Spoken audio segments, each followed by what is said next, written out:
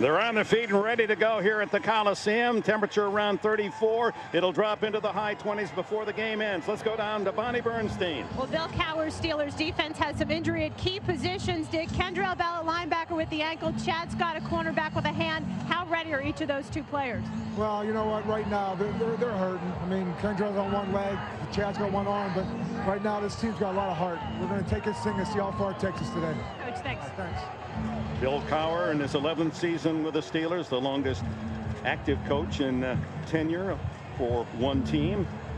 This is the 4th time they've met in the postseason, and the Steelers won the first 3. 2 of those go back to the late 70s when Pittsburgh, that Steel Curtain team, went on to win 2 of their 4 Super Bowl championships under Chuck Noll. Joe Nedney to kick it off to Antoine Randall or Lee Mays of the Steelers. And this divisional playoff game underway. Nedney's kicked down to the 5. The rookie Mays to the 20. Running like Willie Mays out to the 35, the 37-yard line. And tackled there by the kicker, Joe Nedney. It's Amos Zaraway, the running back, who starts, and he kicks his way to the outside and close to a first down at the 50-yard line. First down at the 50-yard line for the Steelers. Fake to Zaraway. Maddox all day to throw. Intercepted. Picked off by Samari Roll. And Roll returns to the 48. And do they love that in Tennessee? Now you can see that Plexico Burris is the intended receiver. And Burris, when he goes to make his cut, falls down. Now, did he get his legs tangled up? No, he just slipped. Plexico Burris, the 6'5" receiver, just had his right foot slide out from under him. And Samari Roll just has to make sure he doesn't drop the ball, because there's nothing to keep him from catching it. A huge early break for Tennessee. The Titans on Roll's interception. He had 2 in the regular season. 36 turnovers, the most of any playoff teams, but 10 of those came in the first 2 games for Pittsburgh. Here's Derek Mason on a little swing, and he has a first down at the Steeler 36-yard line. First down. Quick throw, incomplete. Wycheck, the tight end, close to the 25, and nearly another first down. James Ferrier, the tackler. Second, it is a first down at the 25, and here's Eddie George skipping his way for 5 to the 20, and everything working early, Dan, for the Titan offense. Well, talk about being energized. Nothing like a turnover on the first possession, especially at home. It gets the crowd, like they weren't into it to begin with, but it gets them to a whole new level. But Eddie George is going to get his carries today, regardless of whether or not the Steelers are the #1 ranked defense in the league against the run. This is Tennessee. They will run the football even if they're not having a lot of success with it. They'll still hammer George. And here he comes. Finds a hole. Look at him run over the safety, and a first down at the 11-yard line. Well, Lee Flowers will now be looking at Eddie George a little differently. And you know, a lot of people think that if you smack Eddie George in the mouth early in the game, maybe he'll slow down. Well, my question, who was the smacker and who was the smackee right there? Oh, Eddie George, he just gave him that look, Flowers, as he went back to the huddle. Yeah, I'll be back. What a hit. Well, and how hard is it for Eddie George at 6'3" to get his pad level down there where he can deliver that blow? First down at the 11. Drew Bennett, the wide receiver, in motion. It's George again, and not much in the center of that Steeler defense, maybe a couple. Robert Holcomb is in the game for George, and he's split out as a wide receiver on 2nd and 8. The throw incomplete. Close to a touchdown as it went through the arms of Frank Wycheck. James Ferrier, the linebacker, covering. And it was good coverage by Ferrier. It's no secret that Frank Wycheck is going to be the target here for Steve McNair. And Ferrier to the inside, even though he never saw the football, was still close enough that Steve had to put it right on the hands. He did. That should have been a Tennessee touchdown. Ooh. You don't get that many opportunities to have a well-thrown ball right on the palms of your hand. Yeah, McNair and Fisher had the 6 on the scoreboard. Quarterback draw, and it's a touchdown for Steve McNair.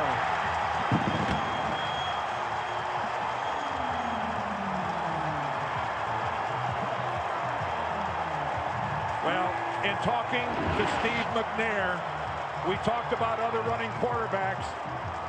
Before Donovan McNabb, before Michael McVick, there was Steve McNair. And the guy can run, and he's run for over 3,000 yards in his NFL career, and he was doing it when those other guys were still in college. Steelers had not allowed a TD on the opening drive in the regular season.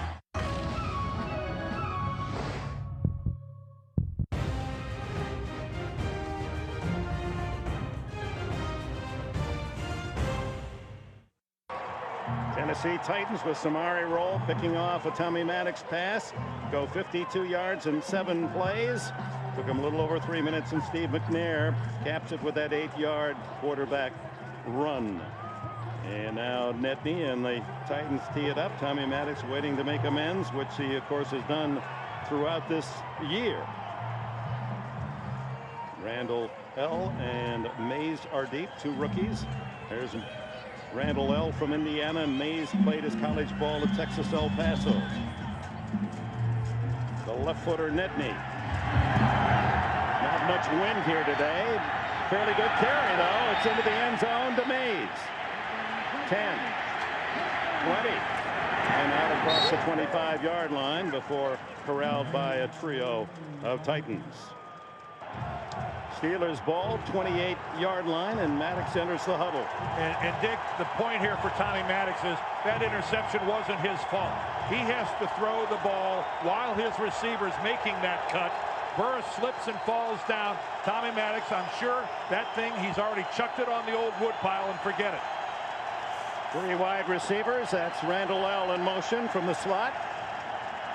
Maddox comes back firing and completing to Randall L. And a first down at the Tennessee 43. Randall Godfrey, the middle linebacker, tailed him down. There's no question the Pittsburgh Steelers have a lot of confidence in this passing game, and why not? We just see Randall L., the guy that can do everything. Returns, running patterns, and if they needed to, I'll guarantee you the kid that got over 11,000 yards in total offense at Indiana could play a pretty good game of quarterback too. What a second-round draft pick. Zeroaway trapped in the backfield and can't get to the line of scrimmage. Loses 3. Back to the 45. Carlos Hall, a 7th-round pick. He was 20 picks from the end of the draft out of Arkansas and contributes 8 sacks this year and a forced fumble. What a delicious selection that was. And what a defensive line the Titans have. They have youth, they have depth, they've got experience in guys like Kevin Carter, and what they really have is talent. This might be the deepest defensive line in the league. On 2nd and 13, Maddox down the middle, incomplete. It was intended for Hines Ward, and Keith Bullock leaping in front of that pattern to deflect it away. Now, this is Keith Bullock's first year as a full-time starter, and everybody with the Tennessee organization will tell you that he deserved to be a Pro Bowl football player. He's their leading tackler, and he does it all. Wonderful range, very physical at the line of scrimmage, and a real heady player. This kid is going to be good for a long time, Dick. Well, he was the one guy everyone felt should have made it. And Javon Curse enters the game for the first time. Lines up on the defensive left side of the line. On 3rd and 13. Good protection for Maddox. Then he has to swing it incomplete to Fuamatu Mafala in the flat, and he was covered well. And Tommy Maddox, that was really just a throwaway.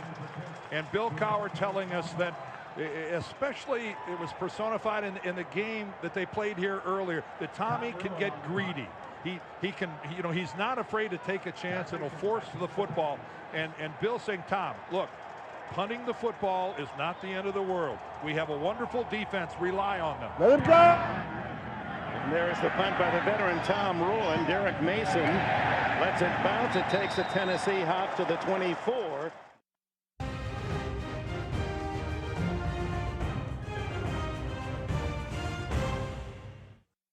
Titans are 8-1 this year when they score first in a game. 9:20 left in this opening quarter, and Steve McNair and the offense ready to go back to work. And a very unusual thing this week. Steve McNair was not listed on the Titans injury report. That's right. He's had a red cross on his jersey all season. It's amazing. He didn't practice all of December, but he played. He should have been playing for Switzerland. That's right. Little play action, and McNair wide open is Aaron Kinney, the tight end. And Kinney's out across the 40 to the 43 before Lee Flowers can bump him out of bounds. Well, people sometimes through design, because they want to throw the football, it's what they do best. Sometimes out of really just an admission that they can't run against the Pittsburgh Steelers, have filled the air with footballs against Pittsburgh. And I think we're seeing the Tennessee so far has a pretty nice balance. Eddie George has been getting a few carries, but Steve McNair will not be afraid to throw. In fact, he'll want to throw it a lot against his D. And he's back to throw again. In trouble. And down he goes. The first sack of the game goes to Kimo von Oelhoffen, the veteran from Boise State, who had 3 in the regular year. Steve McNair initially has a lot of time to look downfield. He's got a pretty decent pocket form, but he just can't find anybody. But first of all, Aaron Smith got in there, and then von Oelhoffen was able to get in and clean it up. But that's the kind of pressure you like to get out of a 3-man front. You see the Steelers 3rd in the league in sacks with 50, and the only team they did not sack in the regular season was Tennessee, but they get one early today. Testimony to that offensive line in front of Steve McNair and Eddie George. It's George. That's back and right into the arms of the Steeler defense led by Michigan rookie Larry Foote. Foote seeing more duty with Kendrell Bell's ankle injury, and we'd better check to see if Bell is really able to go today. We haven't called his name yet. Well, we saw a good example there of the chaos that Pittsburgh comes with on running downs as well. They run blitz, they cross people, they get penetration. That forces the running back to go in a direction he didn't want to go, and then they have such team speed, they clean it up so well. 3rd down 16 for McNair. Underneath, complete to Drew Bennett. He's got speed and heads to the sidelines, gets the first down at the 45. Chris Hope, Florida State rookie, gets him out of bounds. Boy, there's a good job of Steve McNair coming off a primary receiver, working his way through the progressions and then finding the open guy. 19-yard stand. They needed 16 for the first. He was going downfield. He wanted to hit a receiver going down on a seam pattern, and then has worked his way over to Bennett. It's all working right now for the Tennessee offense. Fake to George. McNair. Last second decision to go to Aaron Kinney as tight end. Incomplete. For a moment it appeared he wanted to tuck it and go.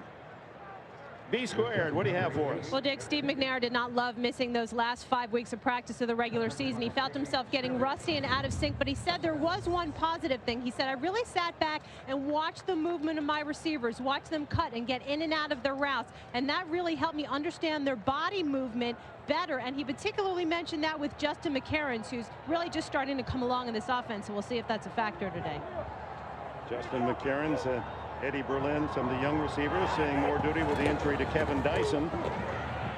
A couple of yards for George on 2nd down. Jason Gilden there with a hit.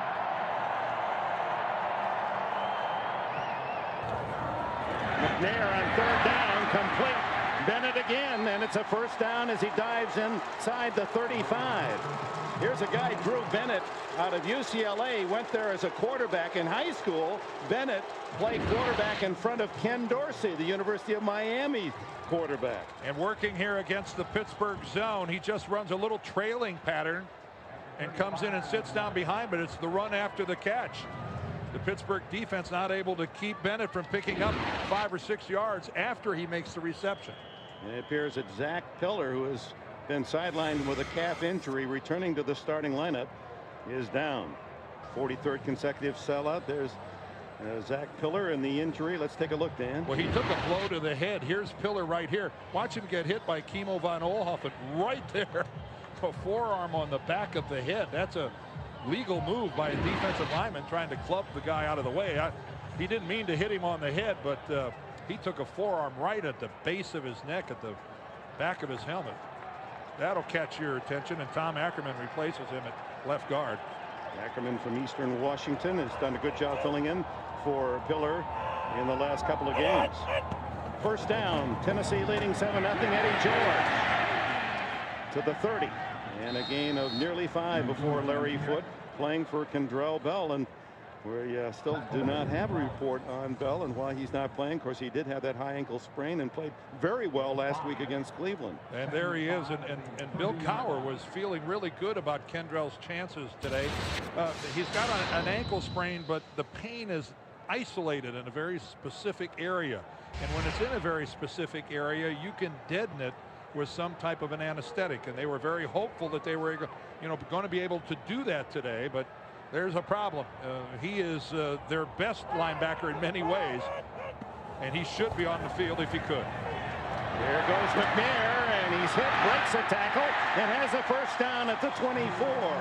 And there's the strength of the 230-pound quarterback and desire. Well, when we met with Steve McNair a couple days ago, and I asked him, what do you think about when you hear all the praise being heaped on people like Donovan McNabb and Michael Vick? He got that smile on his face, and he said, when I was young, it was a flaw to be a running quarterback. And that was an interesting comment. There was, yeah, he said people perceived there was something wrong with my game as a quarterback, that I had to run the way that I ran. He said, interesting. Have times changed? Yeah, in vogue now. No kidding. 10th play of the drive. Underneath, complete again. Everything going, and another first down to wide check the tight end. Porter and Ferrier make the tackle, and without Bell in there and a rookie replacing him, and here he does make his first appearance now. I know that the Steelers are proud of the fact that they have an offense now that can come from behind. I'm not sure that they want to have to continually demonstrate that. From the 14-yard line, McNair and the Titans leading 7-0. First down toss to Eddie George. Plows his way to the 8-yard line, and there's Kendrell Bell. And that's what he brings to a football game. Kendrell Bell has to hurdle a would-be blocker, flow, and then choose the exact moment to knife upfield. And boy, did he time it perfectly, bringing down Eddie George. Right, there he is, 97, right in the middle. There he has to go right over the top. But when do you go upfield? Right there is when you go upfield. Heads off Eddie George, and tell you the truth, Eddie George saw Bell coming and fell down. Jason Gilden there made the ultimate tackle.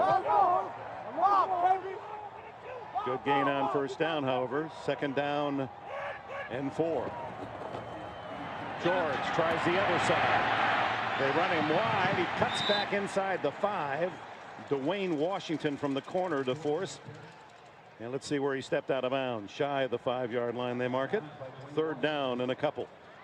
See, I think Tennessee will measure their success in the running game, not necessarily banging it out for 150 yards. That's not what Jeff Fisher needs from this ball club. If he gets 75 yards from Eddie George, I think they're going to be really pleased.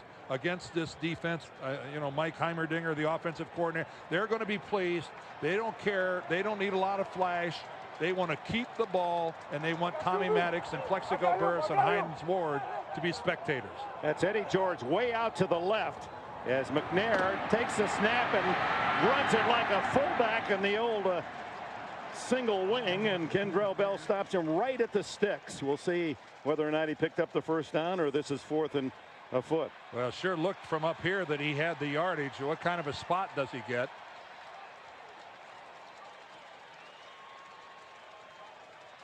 Well, now looking at the spot, it's close. Very close. This is going to be made or missed by a matter of an inch or two. Ron Blum signals first and goal. Half a ball.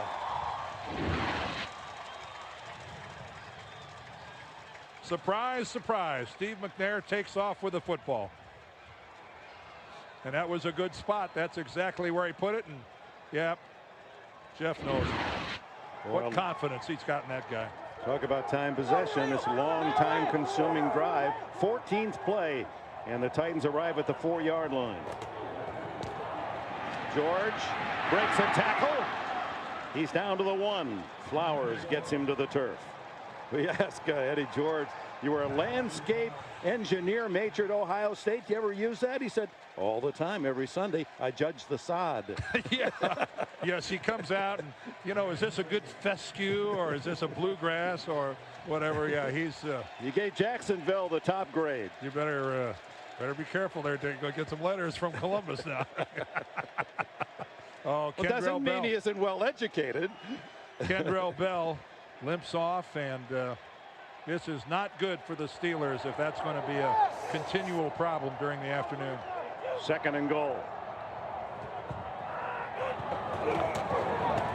George head stopped short, but continued to churn forward and is to about the 1-foot line as Kimo von Oelhoffen led the submarining charge of the Steelers.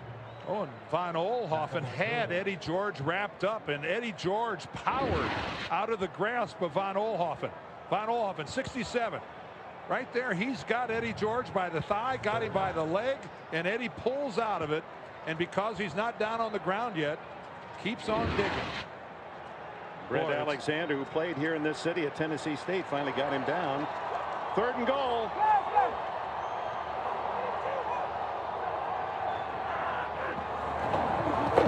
George again. Touchdown. How impressive a first quarter the Tennessee Titan offense. And doesn't that say it all, that look we just saw in the face of Dwayne Washington? A combination of exasperation and exhaustion. 76-yard drive in 16 plays. They were 4 of 4 on third down. And was that Tennessee Titan offensive football? We did not see a run that looked anything like Barry Sanders. All we saw was power, power, and a little more power. Nedney adds the extra point, and with just seconds left in this opening quarter, the Titans impressively at 14-0. Well, this is good blocking on the left side of the offensive line. Gennaro DiNapoli, the center, gets a good block. So does Ackerman. So does all the guys over on the left side. Big Brad Hopkins, the left tackle. And when Eddie George, you could see when he made that cut, he knew he was just going to glide in. We mentioned here comes Eddie, Dick, right at us. And there's a feeling that George, because of his stature, 6'3", perhaps the tallest running back in the league, there's so much to hit that when you get to him, you get him down early. That has not been the case at all today. No, I also want to throw some kudos to Frank Wycheck and Aaron Kinney. Double tight end formation on that side, and they got their blocks as well.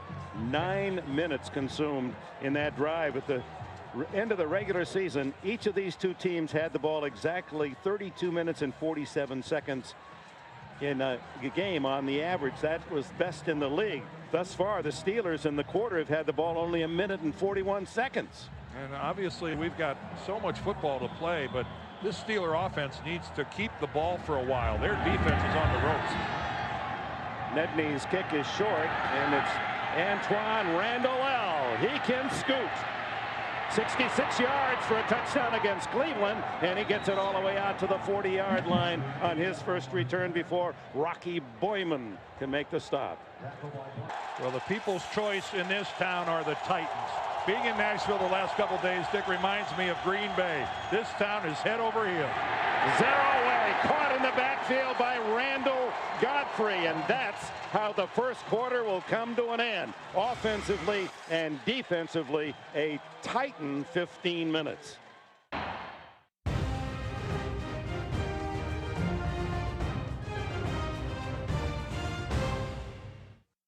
We open the second quarter.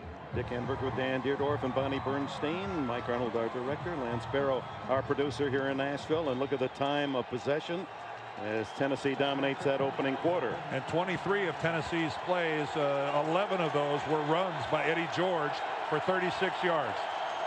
Zaraway lost 5 on first down, so 2nd and 15, and Zaraway back on the draw as Tennessee looking pass, and Zaraway picks up 8 on the draw before Keith Bullock can drag him down. Amos Zaraway is the man now for the Pittsburgh Steelers. Jerome Bettis is healthy, but Bill Cowher wants the explosiveness that Amos Zaraway brings to the lineup. He can turn what might be a 10-yard run from Bettis into a 15, 20, or even longer run with his kind of quickness. The bust, and we're looking at Jerome, has been a warrior for a long time, and he may get some carries today, but he's not going to be a big factor. 3rd down and 7, flag down. The throw is complete to Randall L, and it's a first down if. Well, Kevin Carter was certainly across the line of scrimmage. Whether he was induced or not, I'm not sure, but he was well across at the snap of the ball. Offside, number 93 defense. Penalties decline. Result of the play is a first down. Ron Blum, a professional golfer, which reminds us of CBS golf coverage is tuning up, and they'll be in Phoenix next week. First down at the 48. Steelers need something positive here offensively. Hines Ward yet to catch a pass. He was in motion, and here he comes in the backfield, and they got it.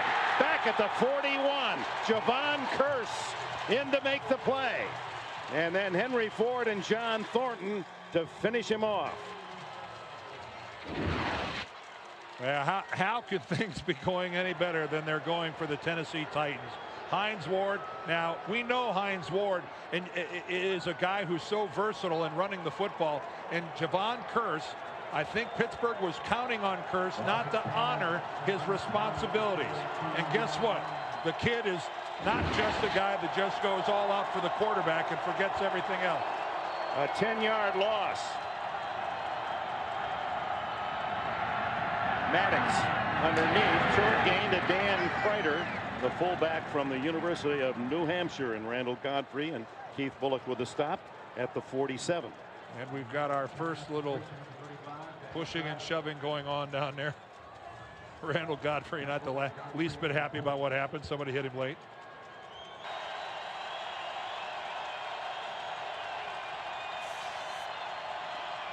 Maddox shotgun. They pick up the blitz. Maddox goes deep downfield. Complete. Plexico Burris, the rangy 6'5" target, pulls down a first down pass at the 30-yard line. Well, Dick, you said pick up the blitz. No kidding. What a job up front by the Steelers, and big man gets downfield, and I'm sure a whole lot more aware about keeping his footing. That was a cautious cut by Plexico Burris there. And as a quarterback, I don't know how much better it gets than having a target as big as Burris. Can't be around the guy without being struck as to how huge the guy is. Jeremy Tillman, the tight end, in motion. The screen to the flanker left. Hines Ward flagged down as Ward moves inside the 25-yard line, but this one's coming back.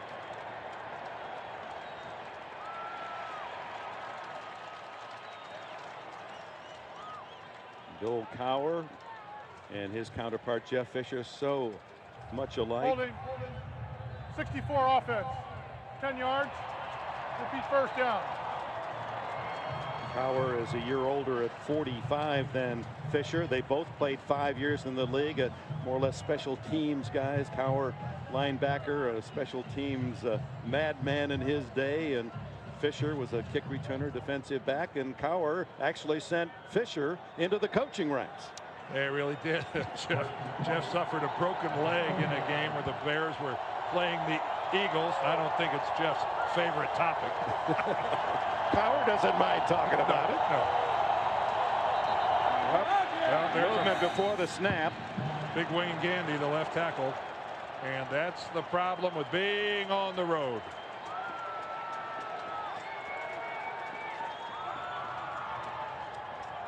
False start. 72 offense. 5 yards. Well, that's going to make a first down and 25 back at the 45. Maddox has to throw it into an oncoming lineman, Albert Hainsworth, the rookie from Tennessee. Well, that's a good target. He's 6'6" and about 340. Yeah, a little argument that even though Tommy Maddox may have been outside the quarterback box, he didn't get the ball back to the line of scrimmage. This ball bounces about 5 or 6 yards short of the line of scrimmage.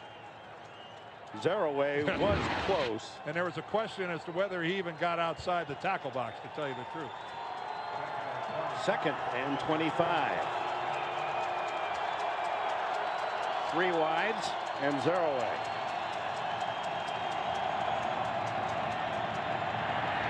Maddox incomplete. He had Burris crossing at the 25 in front of Samari Roll.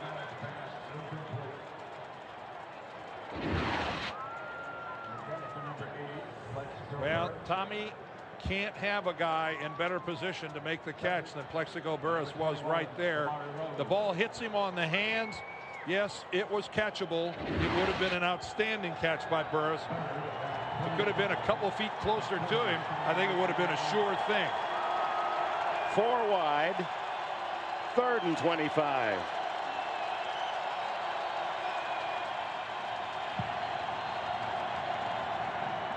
Here comes Curse. That flushes Maddox. He has to go short, and not much there at all. When you can come with 3 people, drop 8, and force the other team into just dumping it off, that's exactly what you're looking for. No way the guy's going to run for a first down against 8 people. I don't care if it's Antoine Randall or not. He's not going to work his way through 8 Tennessee players to pick up a first down. So that holding penalty followed by a false start moved the Steelers back. They're unable to recover and now have to punt the ball. Ruin's first kick was not a good one. Derek Mason, his longest of the year was against the Steelers, only 21 yards. He lets it go, and a beautiful kick. It's a college audience here. The enthusiasm of these Tennessee fans have plenty to cheer about early. 14-0, and the Titans 2 possessions, 2 touchdowns, start deep this time at their 8-yard line. McNair, and a fumble's out. A scramble, and it appears the Steelers have it at the 9-yard line. Lee Flowers was around the ball, and as they get up, it is Flowers who covered it for Pittsburgh, and that's exactly what Bill Cowher's team needed. If you're Pittsburgh, you couldn't even dream about anything better than this. Eddie George takes the handoff and bumps into his own guy. He runs right into the back of Ackerman, and the ball comes loose. He runs right into the back of his left guard, Ackerman, and he didn't have the ball put away enough, and it comes loose. And the only people close are the Steelers, and Lee Flowers just gobbles it up. Casey Hampton surged defensively, pushing Ackerman back into the ball carrier. Here's the bus out of the garage, but unable to get that motor into high gear. No gain. Jerome Bettis, what a great player he's been. He's currently the number 10 rusher in NFL history. 11,542 yards. Only 666 this year. That's subpar for Bettis. Now in his 10th season out of Notre Dame.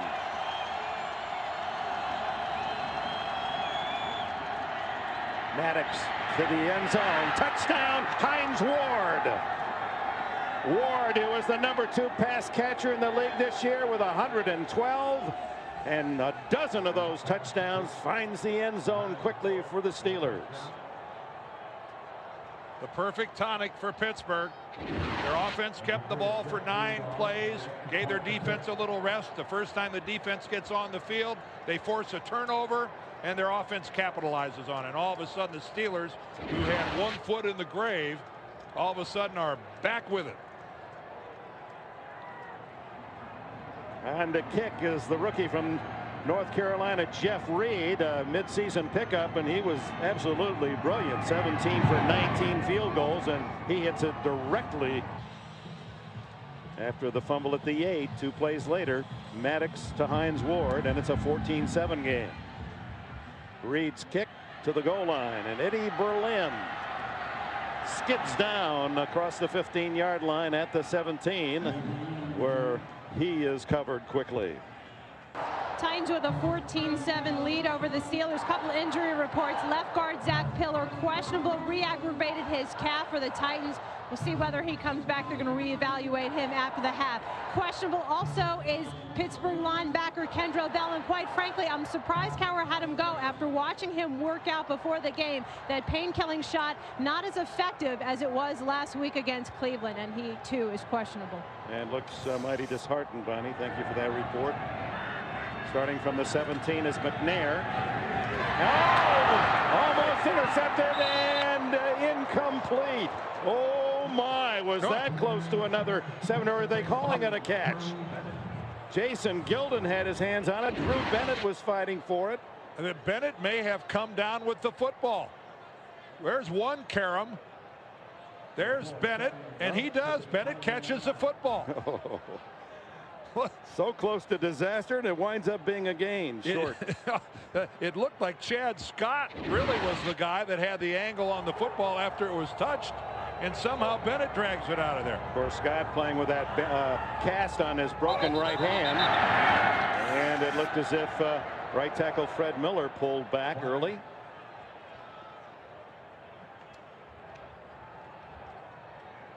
Miller, the former St. Louis Ram. False start called on him. Trouble with the Ron Blum's microphone isn't working very well. Eddie George eyeing that defense, and it's McNair going deep for Derek Mason, and it is intercepted by Chad Scott. Scott down by contact at the 40. And now the momentum, how quickly it has swung to Cowher's side of the field. Well, it looks like Derek Mason separates himself and pulls away from Chad Scott, but this ball is underthrown by Steve McNair. As they pull abreast, there Mason pulls ahead, but you can see the ball is underthrown, and that's what allows Chad Scott to intercept it. If that ball's thrown a couple yards farther down the field, Dick, that could have been a big play for the Titans. Instead, the reverse. Scott, such an important addition to that defensive secondary, which was really carved up by Kelly Holcomb in Cleveland last week. Down the toss for Burris, complete at the 20-yard line as Burris outfought Samari Roll for the catch. He outfights double coverage. And when I saw Tommy Maddox release the football, I'm going, wow, this guy is a gambler that he's going to throw into double coverage. You got corner safety, Lance Schulters to the inside. Schulters doesn't get deep enough. Hines Ward as he smacked hard on the tackle from Andre Dyson, the second-year corner from Utah. That was a 40-yard catch previously to Plexico Burris. Here's where size really pays off. Well, and confidence, and look at it, Tommy Maddox realizes that he's got a receiver that has the talent of a Plexico Burris. Take a chance, and that was a chance that paid off. Second down and a long 6. Bettis in the backfield behind Kreider, tries the middle. Able to get down to around the 12-yard line. To bring up third down. There is the owner of the Pittsburgh Steelers, Hall of Fame member Dan Rooney. Of course, his father Art, also a member of the Pro Football Hall of Fame. And if there has been a model of consistency in the ownership ranks of the National Football League, exemplified by Dan Rooney. 70th year under the Rooney leadership. Dad started the franchise 1933. Third down and 3. Maddox, quick hitter, incomplete. Burris, the ball was thrown a little behind him, and Samari Roll with the coverage, and Burris holding his back as he rolls over. That was just a bad throw by Tommy Maddox. He's got Burris for a touchdown if this is a well-thrown ball, but it's way back behind Plex. In fact, Roll was already slipping down on the coverage. See, he was getting back up off a knee. Yeah, he knows that's just, I had him and I just threw it behind him. And right now, how seriously is Plexico Burress hurt? He hit awfully hard. So we'll take a break. 6:51 left in the second quarter.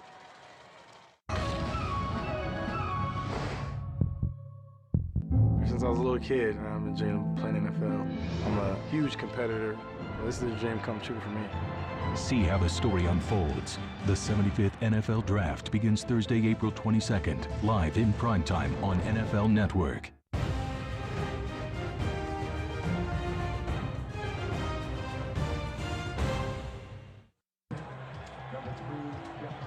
And on fourth down, we'll get you a report on Burress as soon as we hear one. This is Jeff Reed to try a 30-yard field goal. Young man they call Quadzilla because of his large thighs. He pounds this one. It is good. It just did sneak in that right upright. And it's 14-10. You look at a lot of receivers, they don't have side pads to speak of, knee pads anymore. They look good, but a situation like this, he may have wanted to pad up a little more. Kick is headed toward Eddie Berlin at the 5-yard line. Picks up the muff. And then pays for his mistake at the 17. You saw the yellow flag fly. There's a flag on the return.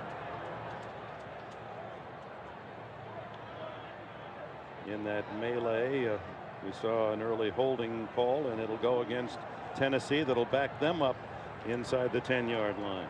And this first quarter, where the Titans fans here at the Coliseum were yucking it up with a 14-0 lead, that seems like a long time ago now, doesn't it? Number 29 of the return team.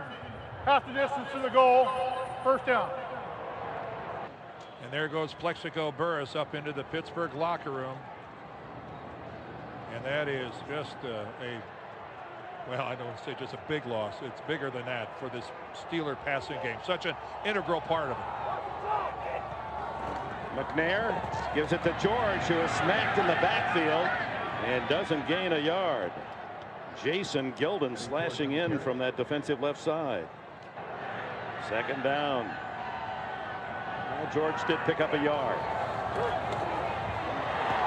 McNair has it batted in the air, incomplete. And it was fortunate the defensive lineman Casey Hampton and Von Oelhoffen had turned their back, didn't see where the ball was flopping. Larry Foote came through from a linebacker position. Yeah, Foote coming in there from the left side, comes in. He's not a factor other than he had a good shot at McNair and didn't hit him. But Casey Hampton, the #1 draft choice of a couple of years ago, Foote, you don't get many free runs at a quarterback like that. You got to do more than just run by and behind him.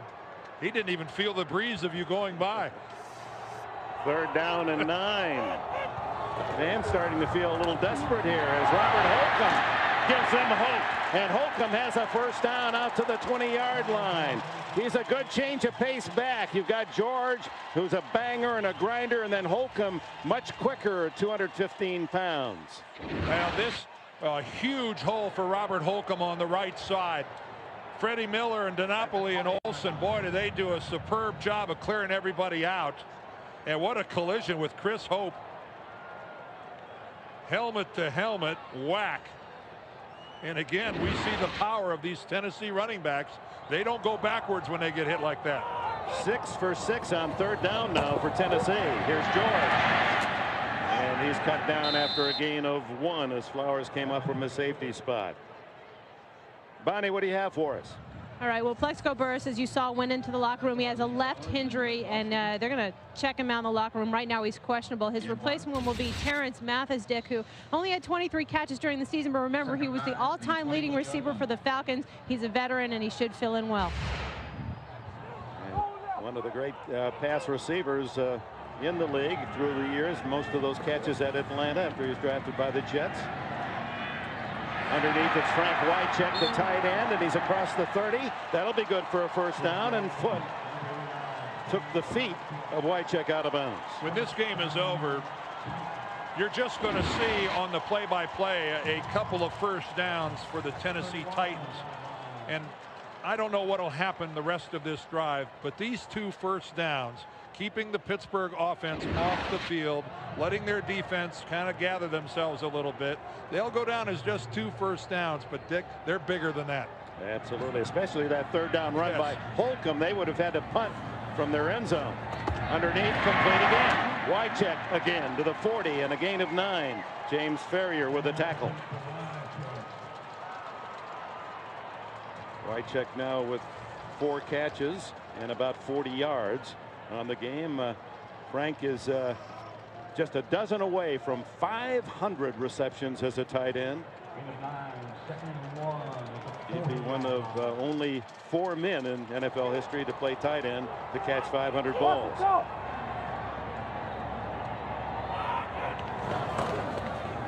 Second and 1. The throw to Mason. That was interesting. That was definitely a head and eye fake. It looked as if McNair threw that ball out of the corner of his eye. Well, that was kind of the result, too, because the ball landed about 6 yards out of bounds. Let's look at it here. Steve's looking that way, and then this thing just took off and sailed out of his hands. Actually, the result of that pass was if he wasn't looking at all. That was a weird reaction. Maybe he was turning his head opposite of the direction he was throwing. Yeah, that's kind of the way it ended up. Third and 1. Holcomb is in the backfield. McNair's going to run it. Flag down. And McNair tackled at the 42. That'll be a first down. Foot seeing unexpected full-time duty with the injury to Kendrell Bell made the play. The flag was thrown in the secondary. And it's against the Steelers. So a first down whether they take the run or the penalty. Legal hands to the face. Number 20 defense. 5 yards. First down. Dwayne Washington defending at the corner, got his hand up around the face of the receiver. Well, from the inside the 10-yard line, the Titans now out to the 42-yard line. Pretty good left jab that time by Dwayne Washington as he just clips the face mask of Drew Bennett. That was the judges at ringside would have given him a point for that. Contact. And then the judge on the far side of the ring took the point away. Yeah. Now the 5-yard penalty takes it from the 42 to the 47. Holcomb stays in the game in the backfield. This is a sensational drive by Tennessee to this point. I hate to use the word sensational when they haven't crossed midfield yet, but it really is. Holcomb showing that quick start is out to the 50-yard line, a pickup of 3. Flowers the tackler. 14-10. If you're just joining us, the Titans first 2 possessions very impressively. Just non-stop scores, 14-0, but 2 turnovers have led to the Steeler 10-point comeback here in the second quarter. McNair in trouble.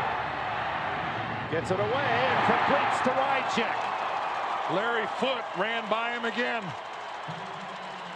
And Dan, this is a critical drive, don't you think, for the Titans after giving up that momentum in a 14-0 Well, lead? they've taken control of the game back offensively. Their third down conversions in this game so far, 6 for 6. And this drive, when Pittsburgh was hot, Pittsburgh had put their 10th point on the board. Now Tennessee has just denied them the football. They had the Titans, almost a fall by McNair, but he gets the toss away to Holcomb, and Ferrier makes the tackle, and that'll be shy of a first down. So the slip by McNair costs the chance of that play being executed cleanly and denies the first down to the Titans. So another big play for Pittsburgh. As so often happens, the quarterback gets stepped on by one of his offensive linemen. Pittsburgh wisely here has taken a timeout. Going to try to see if maybe this punt by Tennessee doesn't, maybe it's a shank, maybe they get some good field position, and he'd leave enough time on the clock, Bill Cowher would, to see if maybe offensively they can make something happen. Back to the Steelers. Number 82. And Randall L at the other end. Craig Hendrick, he's got that knuckleball high kick that has been effective inside the 10-yard line.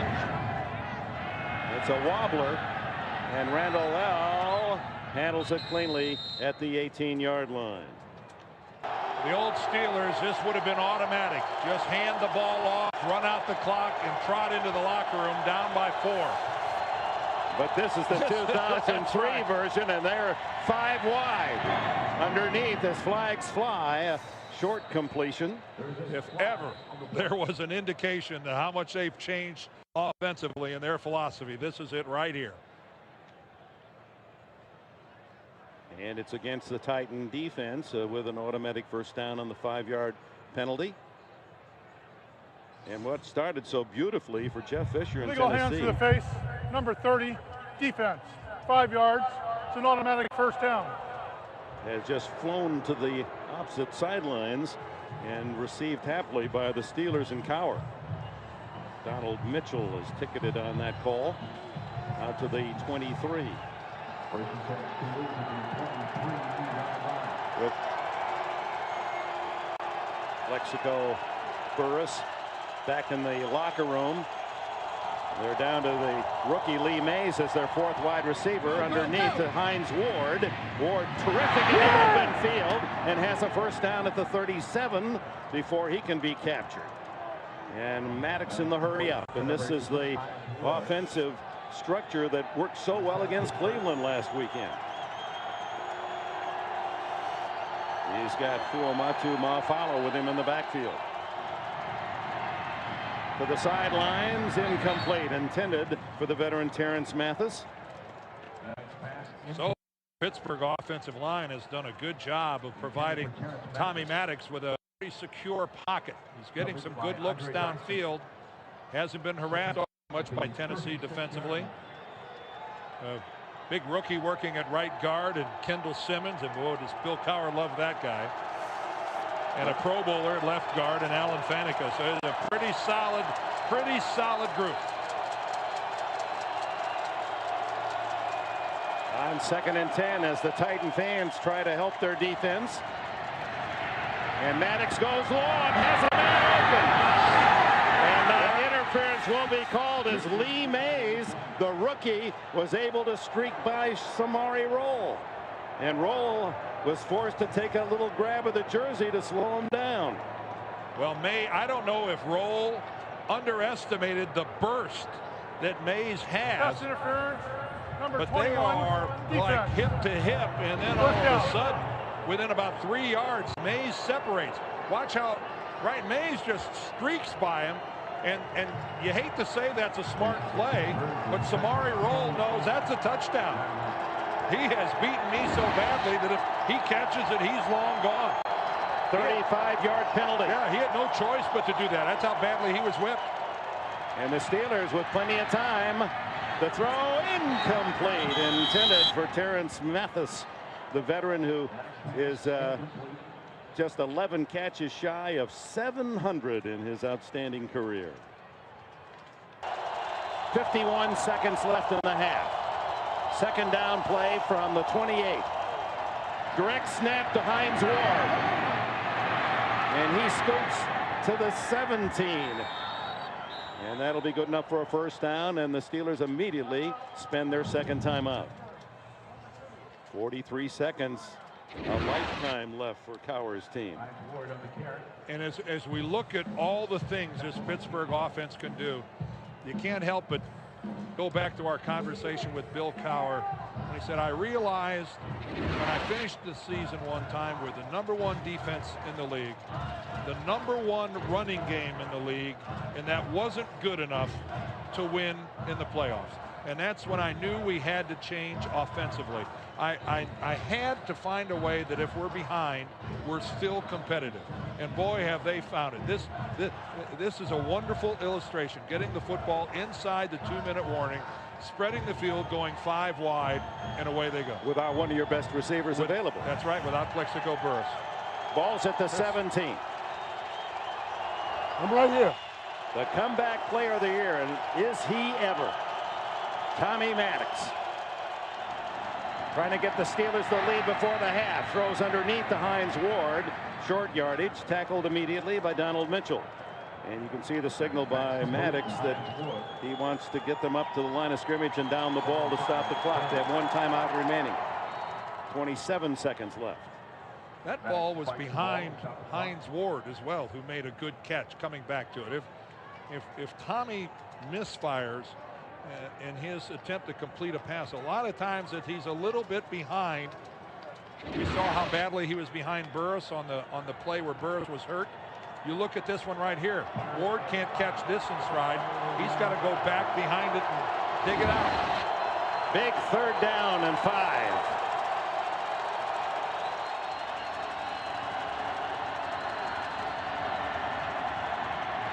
And he's crushed on the blitz.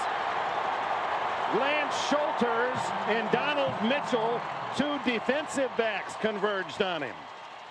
Well, Mitchell is totally unblocked coming around the corner, but normally coming right at you, you'd think that Maddox would see him coming, but you could see that initially Tommy Maddox wanted to work the left side of the field, and by the time he snaps his head back to the right, Donald Mitchell is only 2 steps away from him. Yeah, he kept him because of the 4 kickers. Reed was the youngest.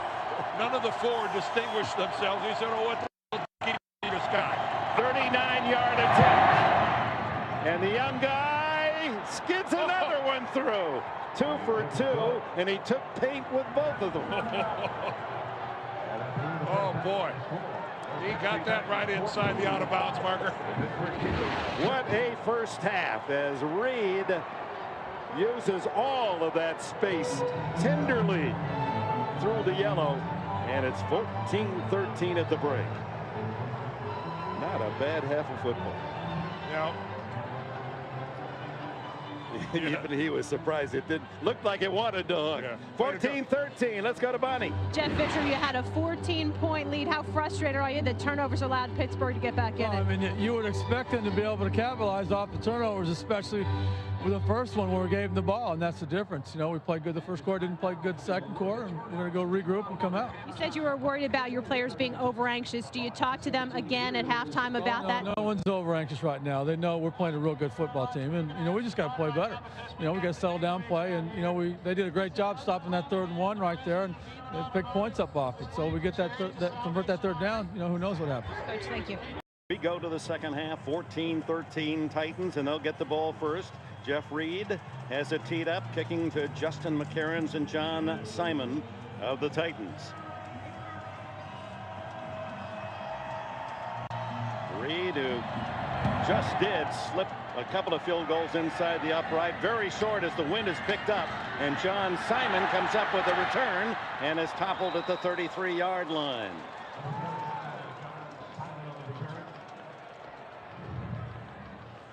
So Steve McNair and the Titans will go to work and hope they can capture the magic with which they started this game. Yeah, it was all Tennessee the first quarter, and then Pittsburgh, because of some Tennessee turnovers, was able to climb back into it. And from a confidence standpoint, I can't imagine how valuable that was for Pittsburgh. Bill Cowher had so many things to talk to his team about that really would have been uplifting, especially given the fact that they came from behind last week. They start with Eddie George, and he is stuffed for a yard loss as Casey Hampton. Did he lose? Pittsburgh's acting like he lost the ball. They did, and they recovered it. As Aaron Smith next to Hampton and George picked up the loose ball. And Eddie George acted like the hit hurt him in such a way. He wasn't even scrambling for that ball. Look at the jaw. And George may be the injured player in the midst. I'm sure that's Eddie George. You could tell by the way that he was lying there on the field that Eddie George being attended to. It was tough to see the fumble, and here's why. Well, Eddie George just takes a vicious helmet hit from Casey Hampton. The ball comes out, but Eddie George limply falls right on top of the ball. Look how it comes under his body, but the whistle doesn't blow. And Aaron Smith just reaches in and plucks it out of there. And Pittsburgh and Tennessee rather is going to challenge this, but this is all about when the whistle blew. But you can make a strong argument that the play's over right there, that Eddie George is on top of the football. This is really interesting. Certainly it's a fumble, no doubt of that. But you can also make an argument that even though he doesn't know it, that Eddie George has recovered it. And his teammate, one of the offensive linemen for the Titans, all he had to do is just tuck it back in there or cover it himself. After reviewing the play, the ball carrier fumbled the ball on the way down, and when he landed on the ground, he was laying on top of the ball but without control of the ball. The ball was then picked up by a Pittsburgh player. It is a first down for Pittsburgh. Tennessee I think Ron Blum's timeout. ruling is accurate there. And so what a break for Maddox and the Steelers. A chance to take the lead with a fumble to start this second half. Zerouay quiet in the first half. He's ripping here in the second half. All the way to the end zone. Touchdown Steelers. And that is why Amos Zerouay is the feature back in this Pittsburgh offense now, because of that explosiveness and the ability to just take a relatively mundane play and turn it into a touchdown. He's not much of a target, only 5'8", but carries 210 pounds plus. Bench presses 500 pounds, and you saw his strength in breaking tackles as one play after the fumble. Zerouay to the end zone, 31 yards in the score. And Tennessee has lost the lead, and the question is, have they lost Eddie George? Jeff Reed to try the extra point. And the Pittsburgh Steelers have taken the lead for the first time in the game. A flag is down on the extra point. As you see, Zerouay once again, Lance shoulder trying to block him down. That didn't work, and finally Dyson got to him, but too late. Now the Steelers, who staggered out of the gate down 14-0, suddenly early here in the second half had the lead, and into the wind, a dying high kick captured by McCarron's at the 30 and able to fight his way out to the 37 as we go down to Bonnie Bernstein. Eddie George is questionable with a concussion, and on the other sideline, the Steelers defense all hyped up because when Pittsburgh lost to Tennessee earlier in the year, Bill Cowher challenged them, saying that Tennessee was more physical. And Lee Flowers says we really took that to heart because we take so much pride in that. In this game, they said we plan to knock some heads. We want to get Eddie George out of the game. And after George's second fumble, Joey Porter on the Pittsburgh sideline said, "This is our chance to take control. Let's do it now." And Amos Zerouay did the job. And as you can see, George is on the sidelines, and Robert Holcomb takes his spot in the backfield behind Steve McNair. It's the temperature dropping severely here in the last half hour. Winds picked up from the north. Expected that game's end to be around 27, 28 degrees. The throw is captured. Well done by Derek Mason, who has been held in check for the most part today. The fumble that not only knocked it out of Eddie George, but knocked Eddie George out of the game, at least temporarily, and we'll see if he can come back. Here's his replacement, Holcomb, on 2nd and 5, and he battles within a yard of a first down out across the 45-yard line. And for the Steelers, when they have positive turnover, and of course it's the highest correlated statistic, turnovers to victory, Steelers are 8-0 on the year. Tommy Maddox and his numbers to this point, and well, he's going to have a chance to be a hero again. Comeback kid. It is one of the truly outstanding stories. Feel good taking place in the National Football League this year, and it appears to be ongoing. 3rd and 1, and McNair, nothing on the right side, so he goes left and gets the first down. Not many quarterbacks could have pulled that one off, or would have even tried. Joey Porter, the Pro Bowler, finally got him down. Well, let's try the right side, and of course there's nothing there. And then, you know, he could have just powered ahead, but Steve's trying to make an even bigger play. He's not afraid to spin and kick it all the way to the outside. That's the confidence he has in his running abilities. Yeah, he was inspired by his own brother Fred, who played 15 years of pro ball, many of those years in the Arena League. And you look at this, Dick, an empty backfield, except when McNair is the quarterback, it's not empty. He fires complete to Wycheck, and it's to the 45-yard line of the Steelers. Flowers and Foote collaborate on the stop, and Wycheck leads all receivers with 6 catches today.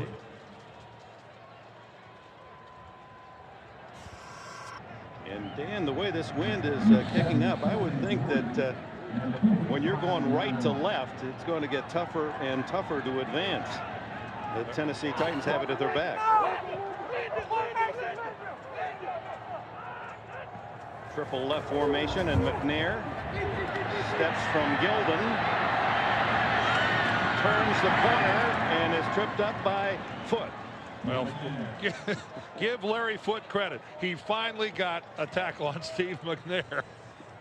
He's had a couple shots at him earlier in the game and hasn't been able to get him, and he finally was able to get him, and it looked like Steve was going to be able to run for a first down, but ooh, he just got that ankle, just barely. 4th round draft pick out of Michigan, and I don't know what his degree was in, but he's getting advanced education today here in Nashville. Well, he got McNair by the foot, did Mr. Foote. 3rd and a long one. Tennessee is 8 for 9 on 3rd down today. No sneak this time. What protection. Someone's got to be open. The long throw. Wycheck to the 4-yard line. The tight end was open.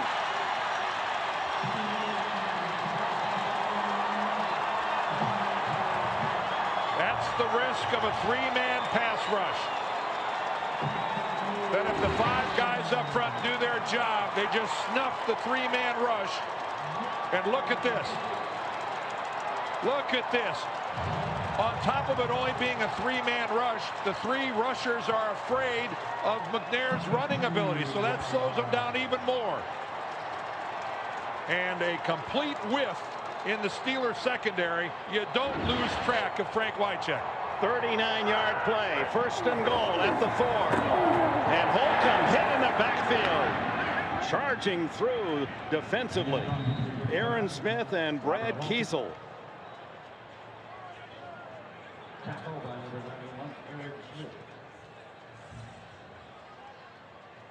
Aaron Smith, who recovered the fumble at the start of the 2nd half that led to the Steeler 31-yard touchdown run and the lead by Amos Zeroe.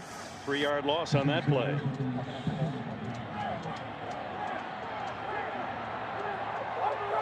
McNair successful in the red zone, touchdowns in the 1st quarter, 2 for 2.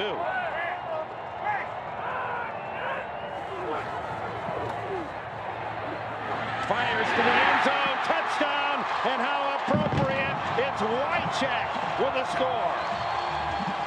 And an excellent job of changing things around for Tennessee, because in that position, that's where Eddie George is such a big part of their offense. They love to get inside the 10-yard line, and Jeff Fisher and Mike Heimerdinger just hammer away with Eddie George.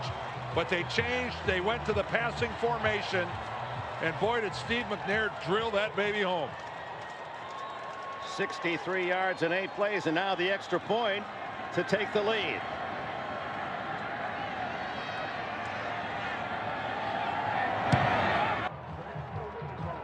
It was expected to be intensely tight, and that is how it has developed here early in the 3rd quarter with 9:37 to go in the kickoff by Nedney. Lee Mays on the bounce to the 20 and to the 30-yard line. Let's go back to the touchdown by Frank Wycheck, his 8th catch of the game. I'll start counting from the top. This is the touchdown pass to Frank Wycheck, and he made it happen. Start counting from the top here. He's the 3rd guy down, and watch him just float there right around the 40. But the minute he realizes McNair has all this time, he improvises and releases downfield. That was not where Frank Wycheck was supposed to be, but he made up his mind that when he had that much time, hey, let's see if we can make something big happen. Yeah, that put new batteries into the crowd, that touchdown march in the lead, as Zeroe skips outside and makes it to the 34-yard line, a gain of 4. And Plexico Burress, good news for Steeler fans, he's back in the game.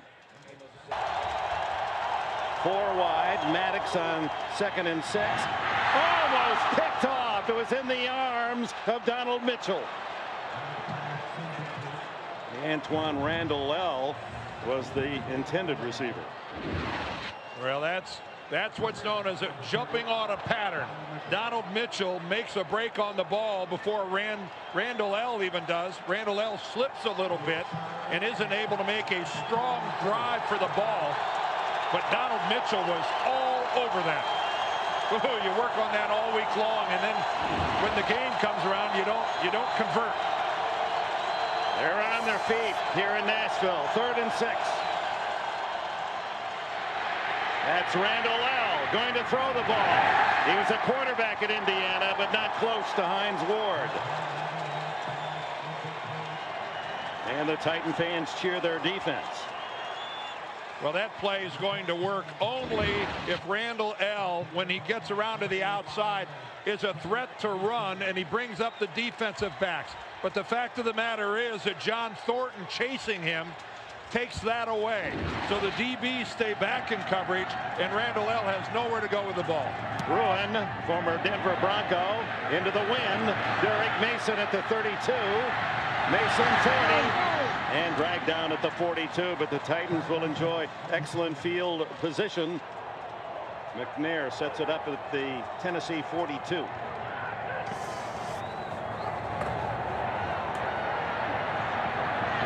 Guns it complete to Mason. And Mason with a first down at the Steeler 40. Foot and Alexander with a tackle.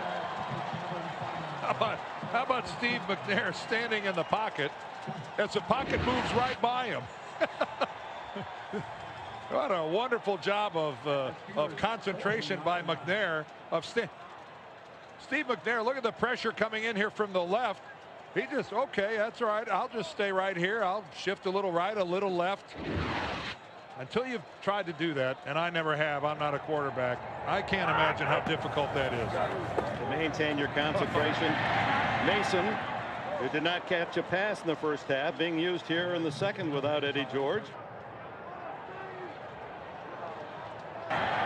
McNair able to get wide enough to throw it away without a penalty flag as Larry Foote's catching on. He got a little more of the quarterback that time. Yeah. Larry Foote realizing this is not your ordinary Steve that he's trying to get a hold on. Look at the crossing blitz. Almost impossible to pick up. It's the toughest blitz for an offensive line to pick up when the two linebackers cross like that. It's almost, you lose sight of the one, and he does get him down, but McNair smart enough to move far enough out that he could get rid of that football without getting intentional ground. Eddie George reduced to a role of a cheerleader as he roots for Robert Holcomb, his replacement. Holcomb, a former St. Louis Ram, part of the Rams Super Bowl victory a few years ago. He recovered from a broken hip earlier in the season. It's a big 3rd down and short 4 at the 34-yard line. McNair wide open is White. Almost another playground ad-lib. Just keep circling around and Big Frank will get open. And that is what, 10 out of 11 now on 3rd downs? I think it was 9 out of 10. I think that makes it 10 out of 11. A remarkable performance by the Tennessee Titans and Steve McNair on their performance here on 3rd downs. It's truly remarkable. Look at that. Wycheck matches his best game of the regular season against Washington. He caught 9 balls, 9 for 120 yards today. Holcomb dragged down at the 11-yard line, and we go down to B squared. Well, this is Frank Wycheck's game of the year, as you mentioned, Dick, and kind of redemption for him because when they played this team, the Steelers, back on November 17th, it was the first start Wycheck had missed in 111 games, and he said, this game is always big. We've always been huge rivals, and it forced me to sit back and help me appreciate how much I love this game. Yeah, Wycheck, who loved the Eagles growing up in Philadelphia and Wilbert Montgomery, and he'll hustle home, watch the second game later, I'm certain. So far with good feelings. What a block! That's a throw. It's caught by Drew Bennett in a crowd out. He picked that one like reaching up and grabbing the big apple off the top limb. And that was Robert Holcomb, the block you were talking about, but he hurt himself on the play. Look to the right. Robert Holcomb is going to pick up the blitz. That's Aaron Smith that he drops. But Holcomb is hurt. He got up slowly, and he's had to come out of the game. A tremendous piece of work by Robert Holcomb, who's the third down back anyway for the Tennessee Titans, but he injured himself on the play. He really gave himself up to go low on Smith. And it is just short of a first down, Dan. It'll be third and about 6 inches at the 3-yard line. Well, you know, you could see that he got hit on the side of the neck by the leg of Aaron Smith. This Bennett has come out of nowhere. He's having himself quite a day. Yeah, not many folks know about this undrafted player 2 years ago out of UCLA. He caught 33 balls during the regular season. Well, he just really got a chance to shine when they lost Kevin Dyson back on November the 24th, and when he tore his hamstring against Baltimore. Now they're down to Mike Green with both George and Holcomb out injured. And McNair trying to wedge his way for the half foot.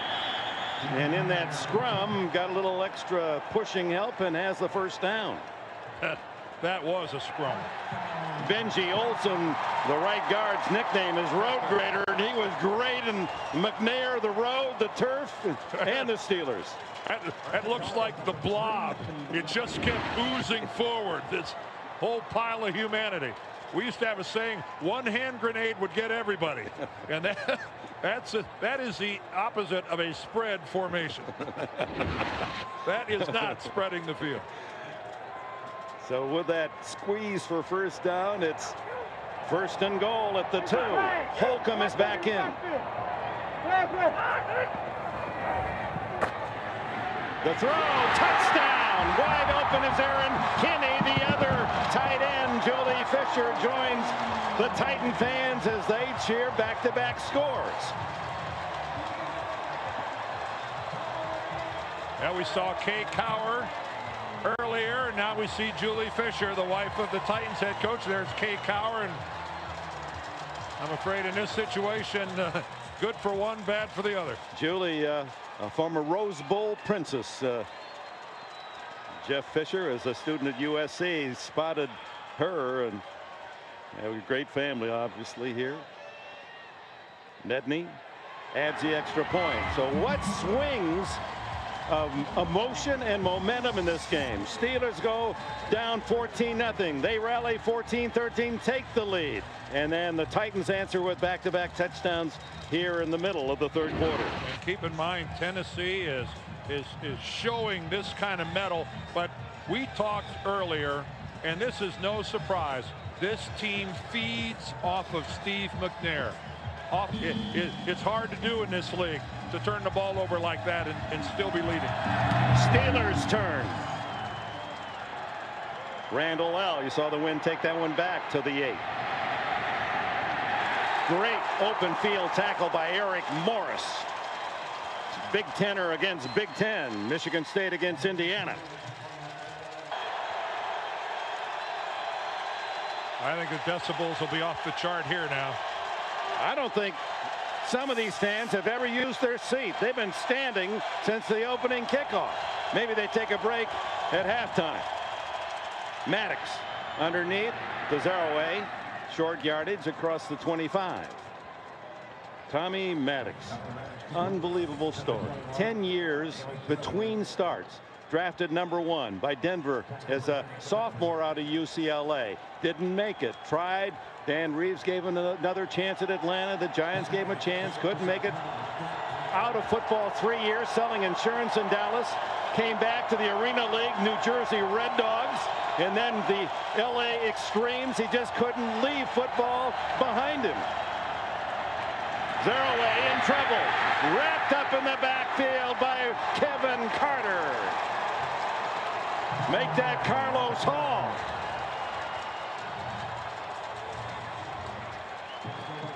Well, Dick talked earlier about these two rookies, Hainsworth and Hall. and how they have really put together stellar seasons for this defensive line of the Tennessee Titans. And Carlos Hall shows his wonderful athletic abilities, getting upfield, coming back in, and making a sure tackle. Boy, what a 7th-round draft pick. And undersized at only 250 pounds. 3rd and a dozen. Screen incomplete, intended for Fuamatu Maufala. And this time it was Kevin Carter in the midst of things, putting pressure on Maddox. And I think Tommy Maddox arguing that Maufala was held and wasn't allowed to catch the ball.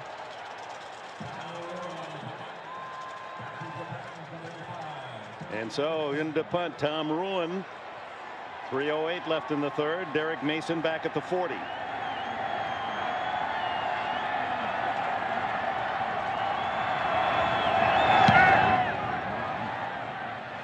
Dying spiral right at the 40. Mason eludes the first man. Cat-like quick. 50. One man to beat Ruin. Gets by him, but he's slowed him down enough. But it's the Titans at the Steeler 30. A flag is down back at the Pittsburgh 20. Well, if I'm Pittsburgh, I might want to argue the fact that he actually took a knee back there because he was down by contact. Illegally downfield. Penalties declined. An eligible man downfield. Of course, that's waved off. And you know, if I'm Pittsburgh, I'd want to take a look at this replay right here. All right, let's look. Does he get touched right here? Yep, he gets touched right there. The question is, did he cause him to go down? Oh, there is the challenge. They did throw it out. They threw the flag out. See the colder weather affecting After the reviewing color the play, of the face. The runner was touched, and his knee did hit at the 40.5-yard line. Pittsburgh has not charged a timeout. Set the clock to 2:59. They are bringing it back.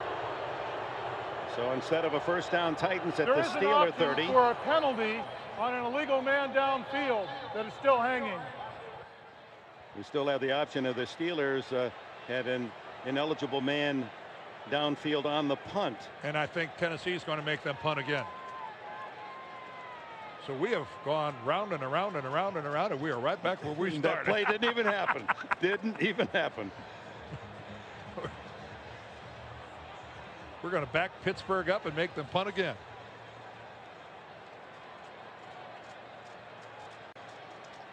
Number 22 of the kicking team was illegally downfield. That's a 5-yard penalty. Repeat, 4th down. And Ruin will have to kick into the wind once again. And Derek Mason, he's already shown you how dangerous he is on kick returns. Mason, who was a Pro Bowler in 2000 when he set the NFL record, almost 2,700 all-purpose yards from this young man from Michigan State. So Ruin will take the snap just his goal line, and Mason creeps up closer to the 50.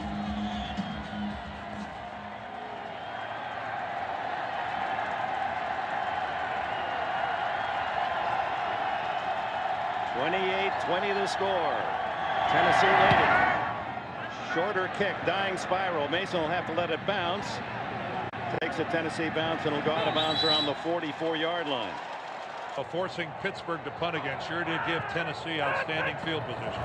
From the 44, McNair hands off to Holcomb, and Holcomb is handed off to Casey Hampton.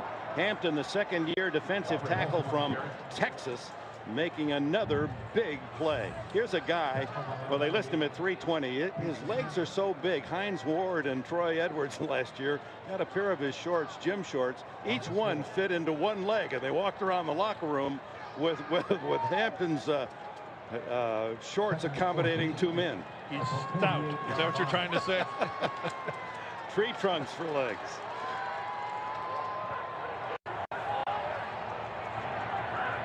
Empty backfield, McNair.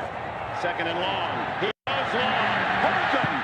Oh, didn't appear to be looking for the ball as he was covered by James Ferrier. He either wasn't looking for it, lost track. He spun around at the well, the ball's back behind him. That's it. Yeah, the ball was well behind Robert Holcomb, who certainly had a step on Ferrier. The ball was behind him and pretty well out of bounds. So 3rd down and 14 as Holcomb grabs some breath on the sidelines. So 2 starters for Tennessee not in the game right now. Tom Ackerman is filling in for Zach Pillar at left guard, and of course Eddie George hasn't come back since he took that really severe shot to the helmet. That was the first play of the second half. On 3rd and long, McNair fires long. Incomplete to John Simon, who had just entered the game, the running back who was an outstanding wide receiver at Louisiana Tech, and that nearly was 6. Oh, how close was Simon to catching the last half of that football? Look at this thing come in here. Oh, what an effort on Simon's part, trying to catch the last 2 or 3 inches of the football. A couple of pebbles short of the leather there to hang on. And McNair took a wallop from Porter as he threw that pass. Tennessee has to give it up. Oh, bad kick off the side of his foot and out of bounds in front of the Steelers bench around the 35-yard line. Craig Hendrick, much like Tom Ruin, these 2 veteran punters having a little trouble with the elements. That wasn't even a 15-yard punt, was it? What's that thing officially? 15? Whoa. Whoa.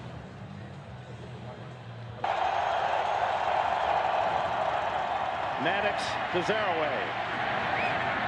And he's able to drive to the 38, 39-yard line. Zaraway, we mentioned, with that cyst on his liver and taking all the pills to take care of that, and he lost some 25 pounds. Said he really didn't feel 100% till about the 7th game of the season. Here goes Pittsburgh with the no huddle.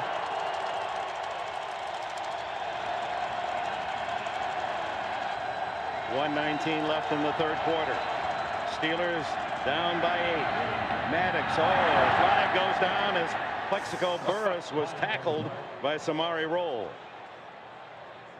And a big plus for the Steelers that Plexico Burris is able to come back and play. Remember, he had to leave the field and head into the locker room with that lower back hip injury. Holding, number 21, defense, 5 yards. It's an automatic 1st down. Well, a couple times in this game so far, Samari Rolle has been beaten to the point where he's had to go ahead and grab. One thing, he's not shy about it. When he gets the job done. When he gets caught in an awkward position, he just reaches out and touches someone. We're in the Music City. I like that. Thank you. 44-yard line, 1st down. Maddox has it rejected at the line of scrimmage. A good interior push by the Titans defense. Might have been Kevin Carter. Let's see if it's Carter that gets up there and gets a hand on it. It's Kevin there, number 93. It is. Superman Kevin Carter. He admitted he played like Clark Kent last year, but he had 10 sacks this year.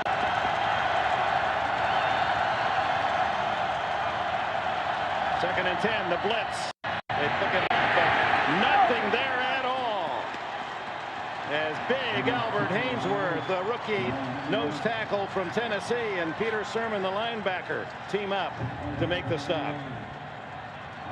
Hainsworth came out of Tennessee after his junior year, and these Titans could not have been happier with the way this 1st-round draft choice has played like a veteran. No gain, 3rd and 10. Jeff Fisher sends in a couple extra defensive backs, takes out a couple of big linemen. Down to 31 seconds in the 3rd. And Pittsburgh is going to spend their 1st time out. Tennessee's already used 2. They lost 1 on a challenge.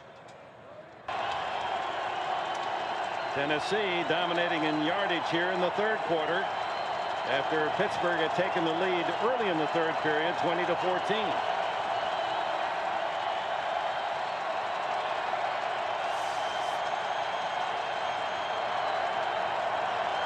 Here comes Tank Williams on the blitz, and they throw right behind him, complete to Terrence Mathis, and the veteran gets a Pittsburgh first down at the 44 of the Titans.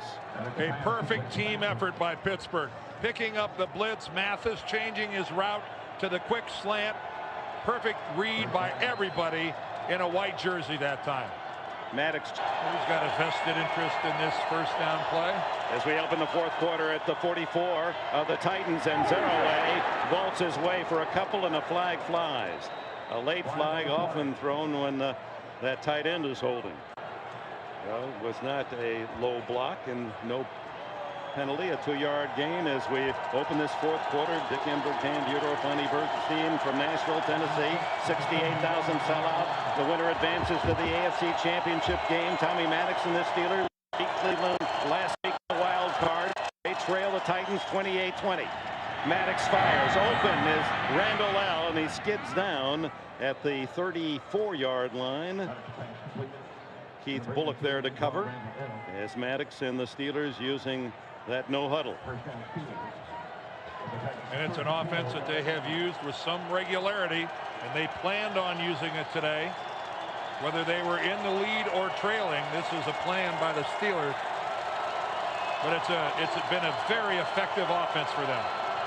First down inside the 35, 5 wide receivers. Good protection. Maddox throwing incomplete to the tight end, Jeremy Tooman. Good pressure from Robert Smith and Kevin Carter.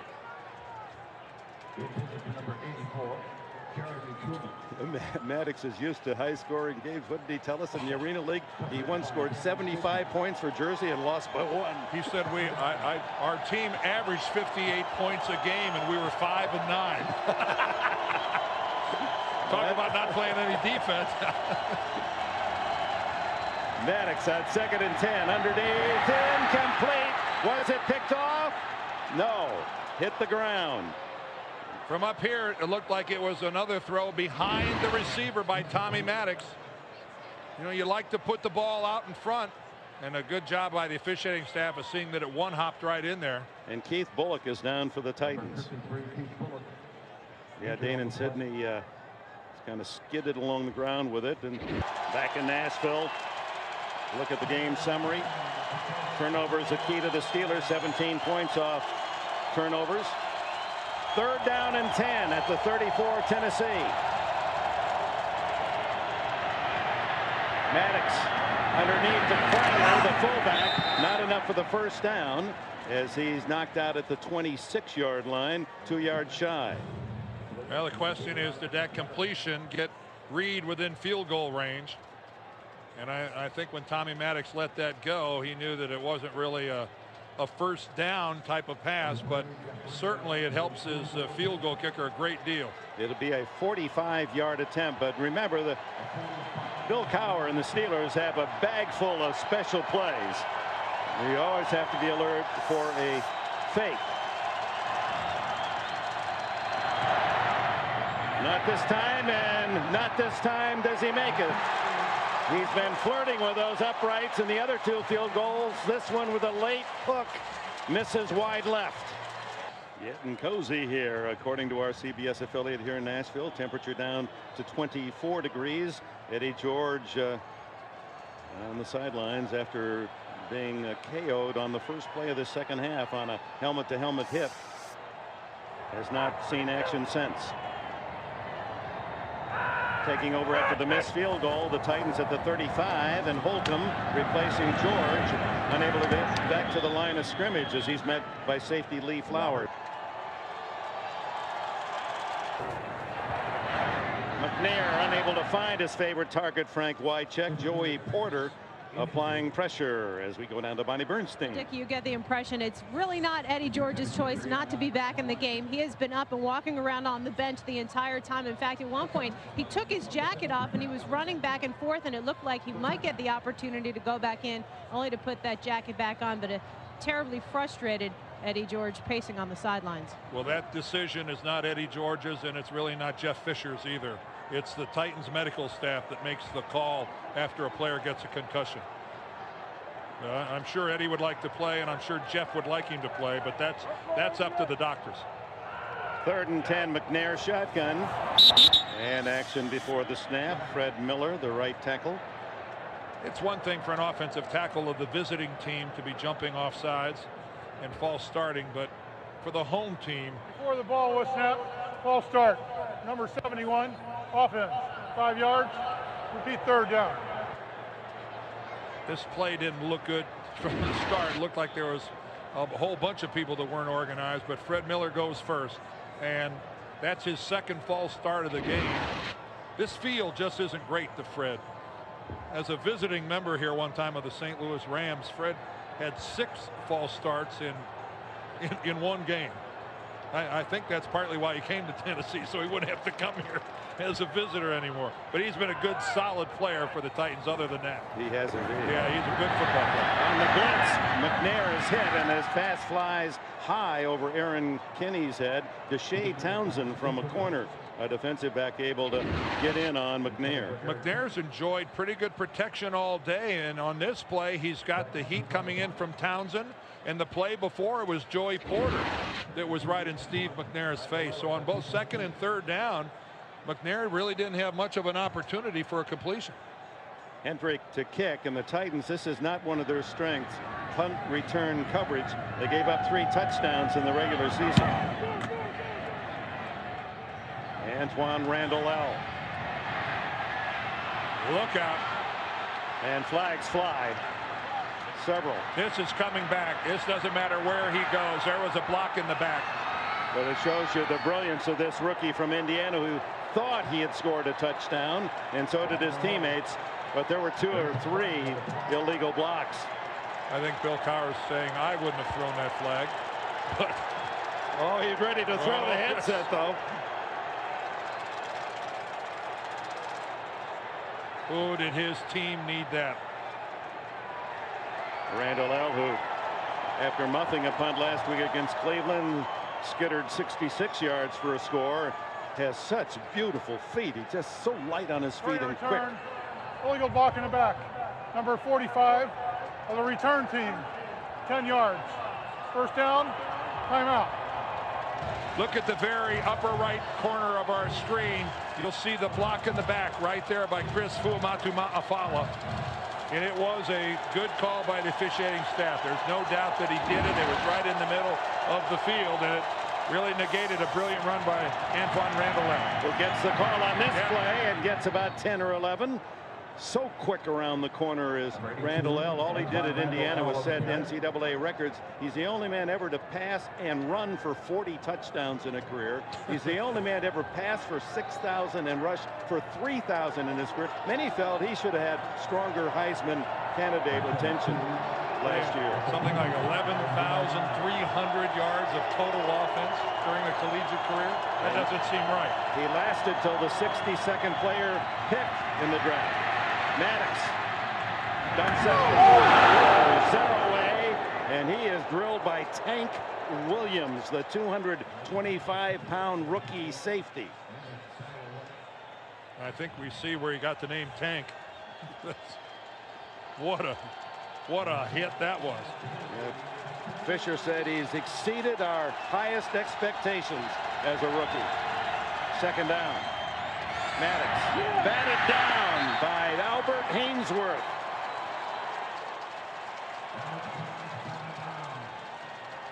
Major credit to Amos Zaraway for holding on to this football. There aren't many guys that could have done that. Is this, and there's the batted ball by Albert Hainsworth.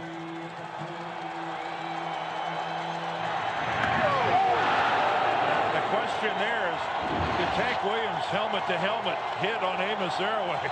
That appeared to be the case. Third down, a big 3 for the Steelers. Maddox, wide open is the veteran Mathis, and he has the first down at the 26-yard line. Williams and Sidney with a tackle, and what a throw by Maddox. And this is a laser by Tommy Maddox, and he put it out in front of the receiver. He gave his guy a chance to make a good play on the football. Andre Dyson, who's been out for a couple of series with an unknown injury, has returned to the lineup. Jeff Fisher needs him in there as Maddox goes back to work. Screen to Kreider. No, it's Fuamatu Ma'afala, and he is tackled by Bullock after a short gain. That play should have gone nowhere. Fuamatu Ma'afala broke a tackle and picked up 5 yards on a play that could have lost 2 or 3. We understand that Andre Dyson, back in the lineup, is playing with a right shoulder sprain. They need his coverage. 2nd and 5. 28-20. The Steelers trail by 8. Quick throw, complete. That's Hines Ward. Touchdown. They've got to go for 2. Steelers, I'm assuming, have been working on a 2-point play here over on the sideline in anticipation of this. 21-yard touchdown, about a 5-yard pass, and then Hines Ward, who's such a terrific runner in the open field. He was a college running back at Georgia before being switched to wide receiver. How about his ability to catch that ball and stop the way he did right here? Look at that. Oh, how do you stop so much momentum going one direction and reverse field the way Hines Ward did there? Steelers lead the NFL in the regular season. They made 3 2-point conversions. No, Ward alone made 3. And remember, they got about 4 guys in their lineup there that can pass. That's one of them in motion. Randall L. Here's to Ward. Is he going to throw? Yes. And it works to Plexico Burris. We're tied at 28. Oh, 10 minutes and 9 seconds to go. Reed to kick it off. It's Simon, and McCarron's back for the Titans. With the win, it down to the foul. John Simon, the rookie. And he carries to the 24-yard line where Chris Hope makes the tackle. Let's go back to that 2-point play. Well, it is a game of inches. Okay, it's a backward pass to Hines Ward. Watch how close. First, Lance Schulters right here. Oh, and then Keith Bullock, secondly, nearly touched the ball that Ward throws to Plexico Burris. Lance Schulters and Keith Bullock, it goes right between them. How well done was that by the Steelers, who, of course, have so many people able to make a play like this worth in their arsenal. It's really, you know, you talk about Mike Mularkey having a lot of different directions in which to go. Ward was an outstanding high school quarterback. Did a good job of eluding that pressure to make the play happen. And now it's McNair going long. Intercepted by Deshae Townsend. And Townsend with the 4th turnover for the Steelers today. Intended for Derek Mason, and Pittsburgh in this tie game gets it right back. And that, I think, is an illustration of Steve McNair trying to throw a long pass into the wind, and that ball hung up on him. Again, underthrown. That's the main reason for this interception. Certainly a wonderful play by Deshae Townsend, but both Mason and Townsend have to come to a stop just about to wait for this football. It's tough to throw it long into this wind. First down, Steelers at the 43, and Jerome Bettis is in the backfield. Bus revving up his motor. Offside on the Titans. The throw. Oh, Hines Ward is hit, and a flag goes down. That was a helmet to helmet. I think Schulters is going to get tagged. 6 feet and 200, and he's quite a package. And Maddox and chewing things with what's Derek Mason doing out there? Well, Jeff Fisher's well out onto the field as well. That's right, Jeff. Get everybody back on your sidelines.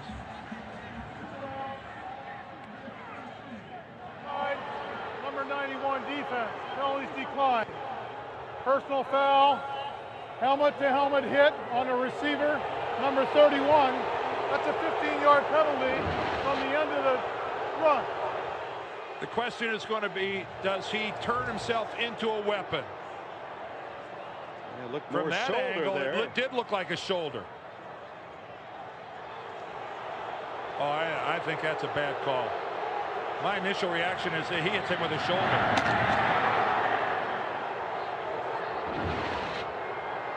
I think it was the attacking, launching way in which he went into the Hines Ward that drew the attention and the flag. Could we look?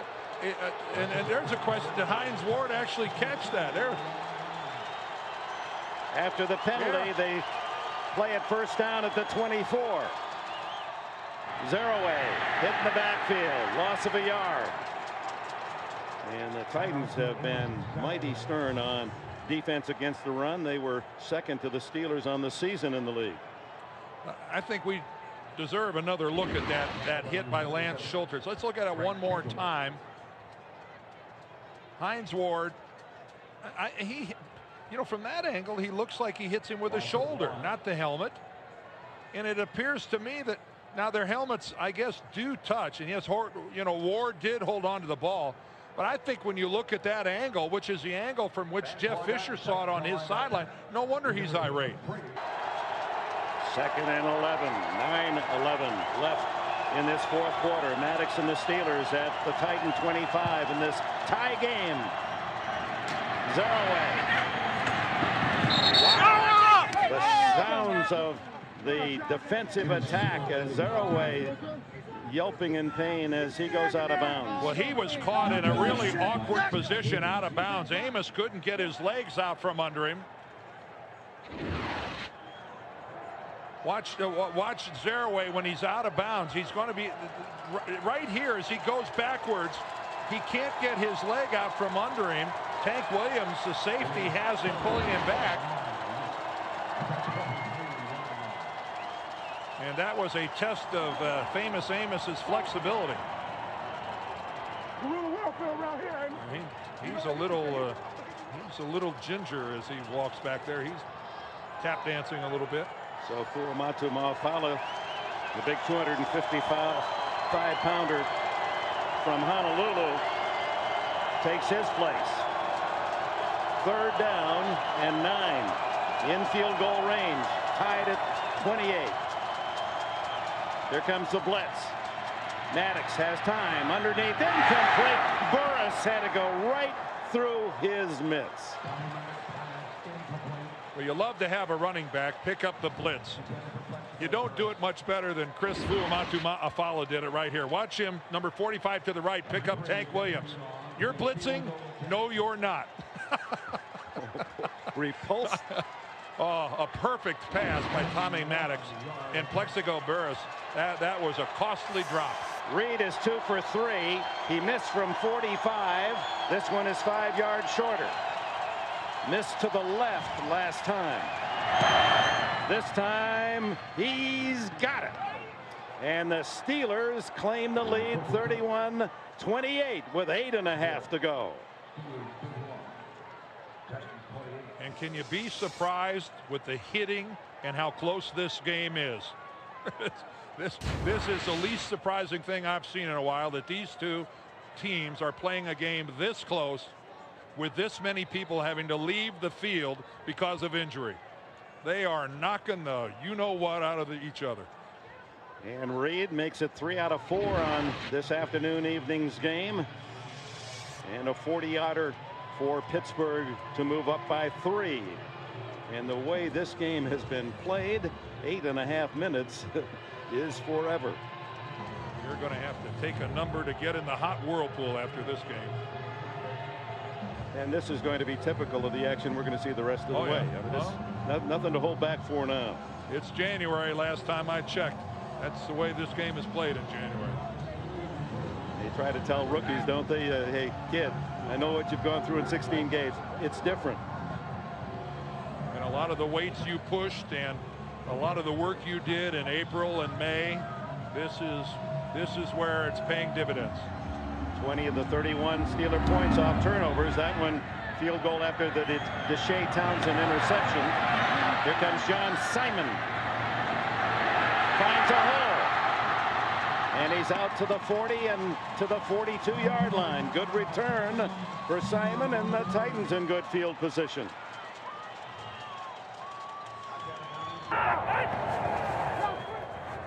McNair complete to Bennett. And Drew Bennett with a first down at the Steeler 45. Foot and Townsend with the tackle.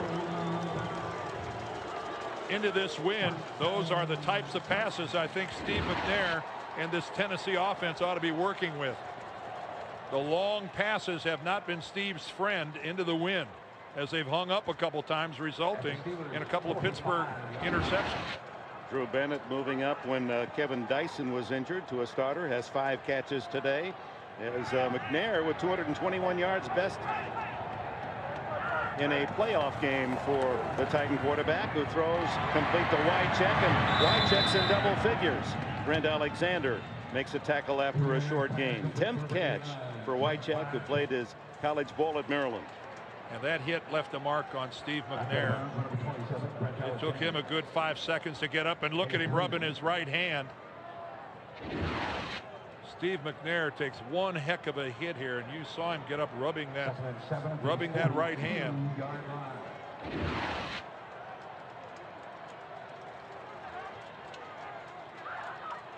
Gain of only 3 on the catch by Wycheck. He throws this one to Bennett, and Drew Bennett gets more. First down at the 22. How fortunate is he to be walking off. Bennett, there's a little consistency.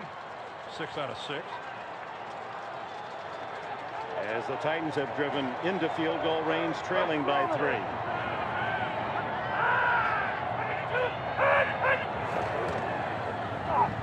Holcomb and the Steeler defense against the run, showing you why they were #1 in the league, and led by Pro Bowler Joey Porter on that attack. And look at Ferrier. Hey, are these guys tough? Oh. Are these guys tough? This is what happened to James Ferrier one play ago, as he lands right on his head, does a complete flip. Talk about a face plant. And comes up and leaves the game for one play. Think he's got some neck muscles, folks? 2nd and 12. To the end zone. Incomplete. Drew Bennett was the target. Chad Scott on the coverage.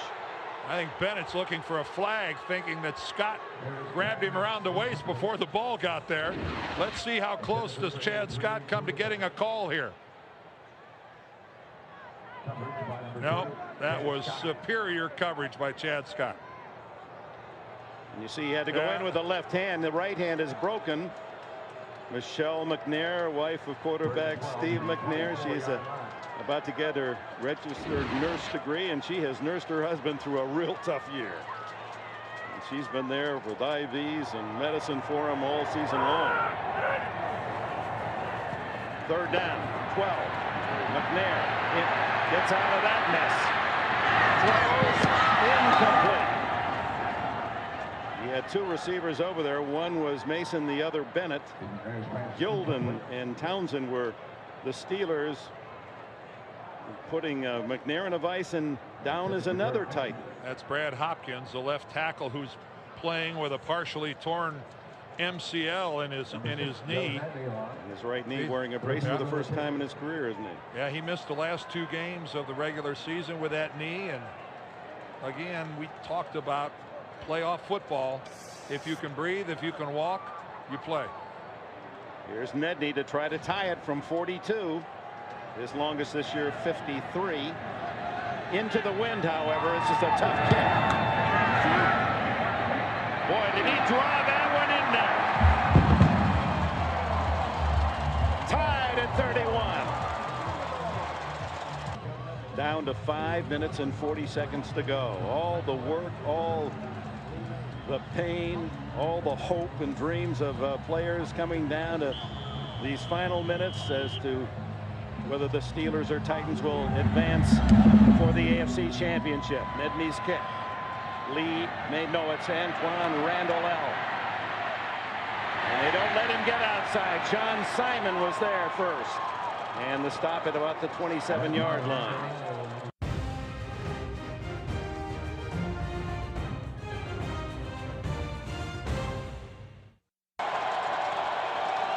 The crowd trying to spur the Titan defense. And skidding down is Arroway, and then kind of sliding through for maybe a yard or two, and Carlos Hall, the defender, and Zerouay limps off. Well, we saw Amos get hurt on the last possession where he was stuck over there on the sidelines and couldn't get his legs out from underneath him, and he tried at one play and takes himself back out. Mafala replaces him. He did sneak through for 3, 2nd and 7. Out of the standard set.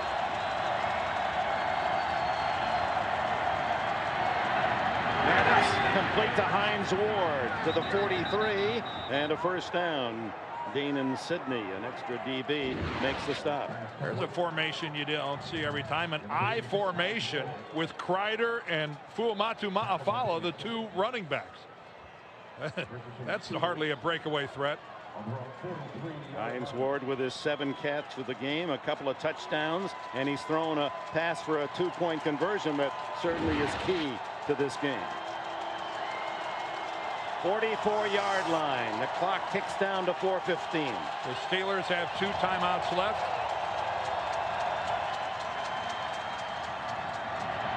And the give is to Jerome Bettis. A gain of 3 to the 47. Bonnie? Well, Dick, talk about a Tennessee Titans defense much less than 100%. You got a bunch of guys out there right now who are just playing hurt. Albert Hainsworth, who just went out a couple minutes ago, a lower back problem. Keith Bullock playing with a lower leg injury. Javon Curse was out for a while, re-aggravating that left foot. He's back in, and of course Andre Dyson with that right shoulder sprain. None of those guys are going anywhere but on the field. Thanks, Bonnie, for that report. It's a hospital list on both sides. But it's not a time to put on a baseball cap.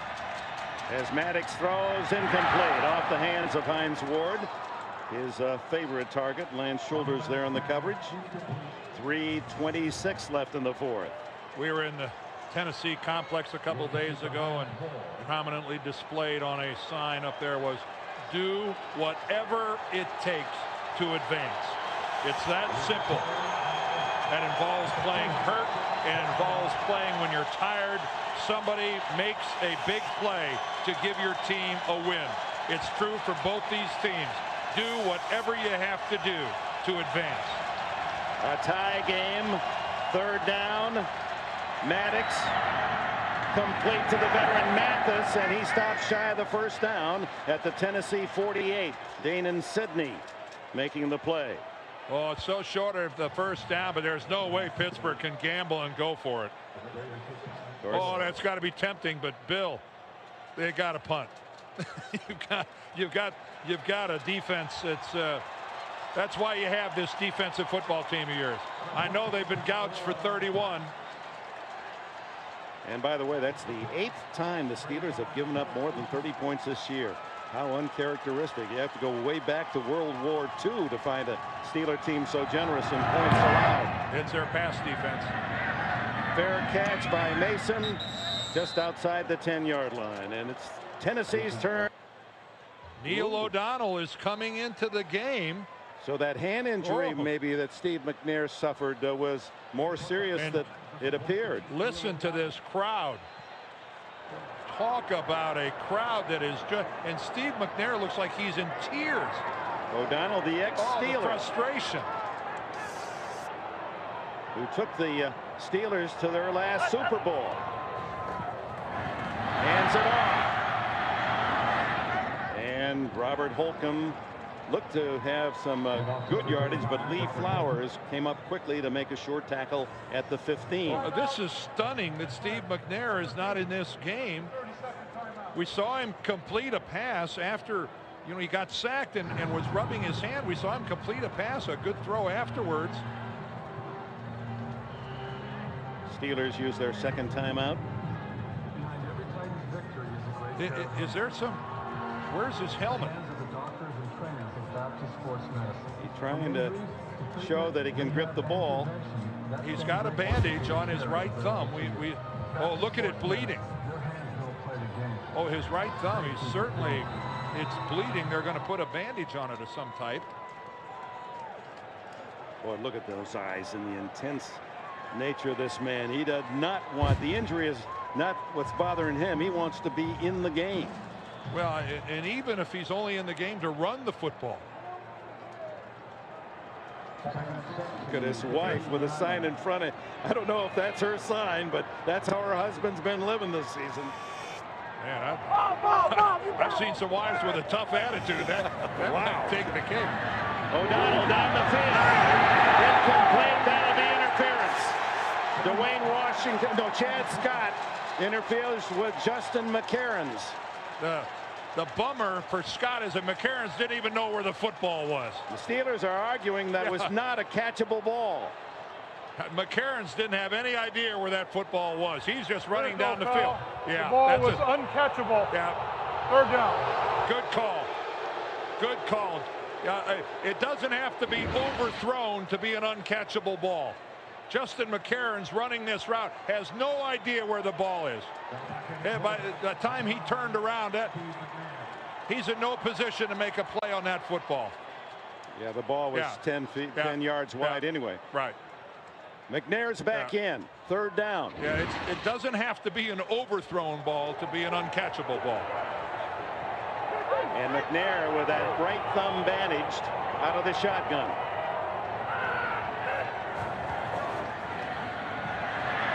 Throws while being hit. Incomplete to Wycheck. No flag. Titan fans can't believe it.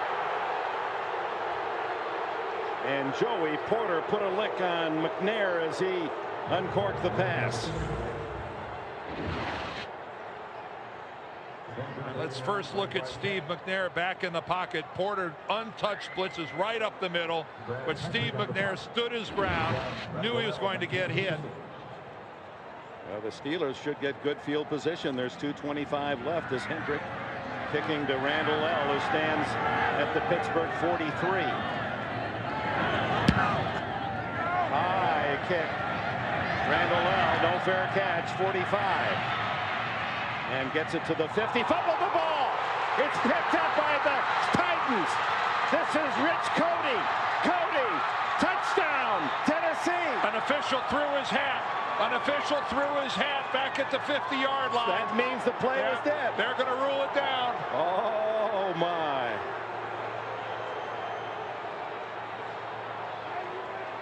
Yeah, they're going to have a conference over this. You can see the hatless official. Going on the field is down by contact. Pittsburgh's ball.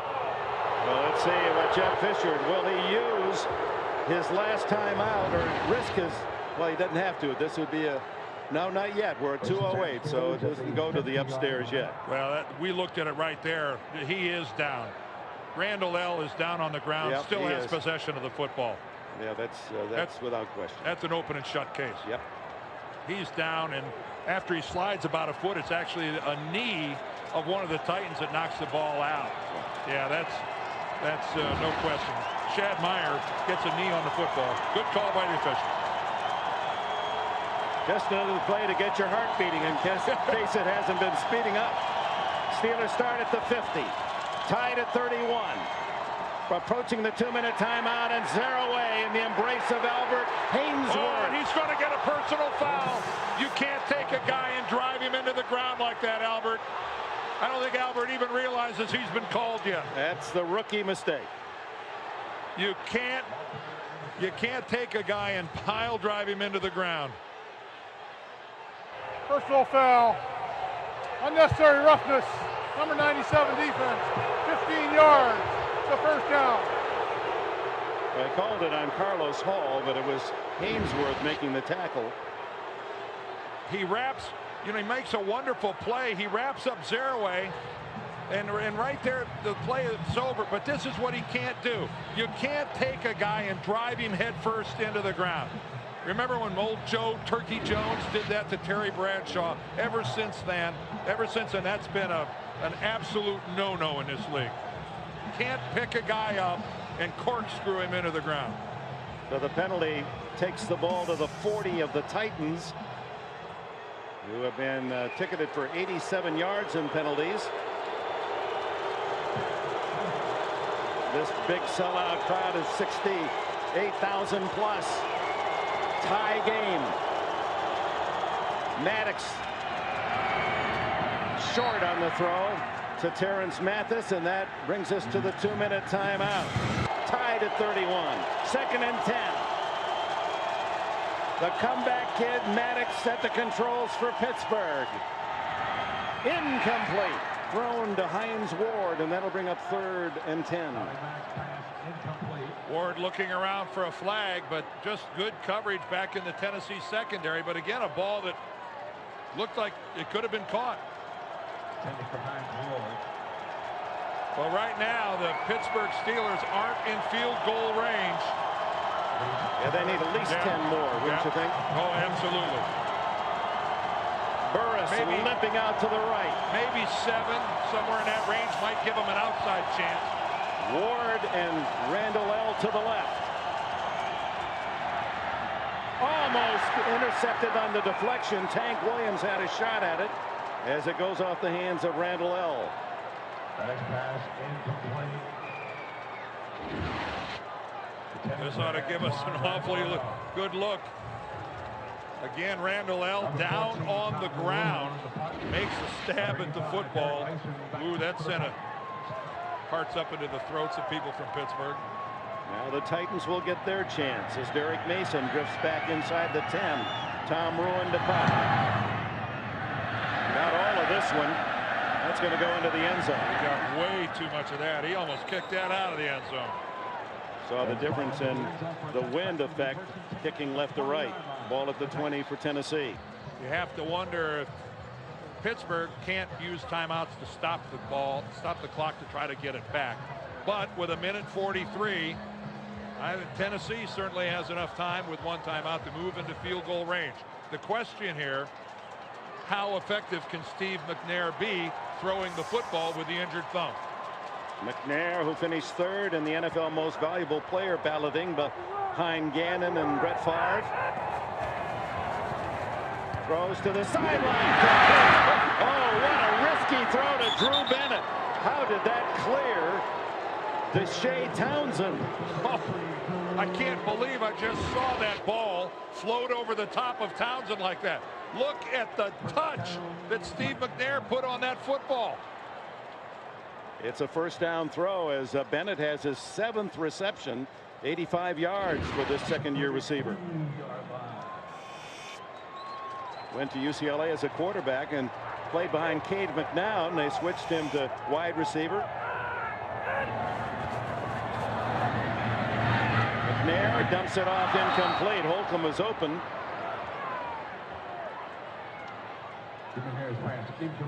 A bad snap from center. That thing came back awfully low. Steve had to go down and dig it. It was down there around shin level. Robert Holcomb looked like he stopped running. Looked like McNair was expecting him to keep going on the cross, and he stutter stepped, and that's why the ball was out in front of him. 1:32 left in the 4th. Tie game. On 2nd and 10. And Derek Mason gets about 5. Chris Hope, the rookie safety, makes the tackle. Clock running at 1:20. Each team has 1 timeout.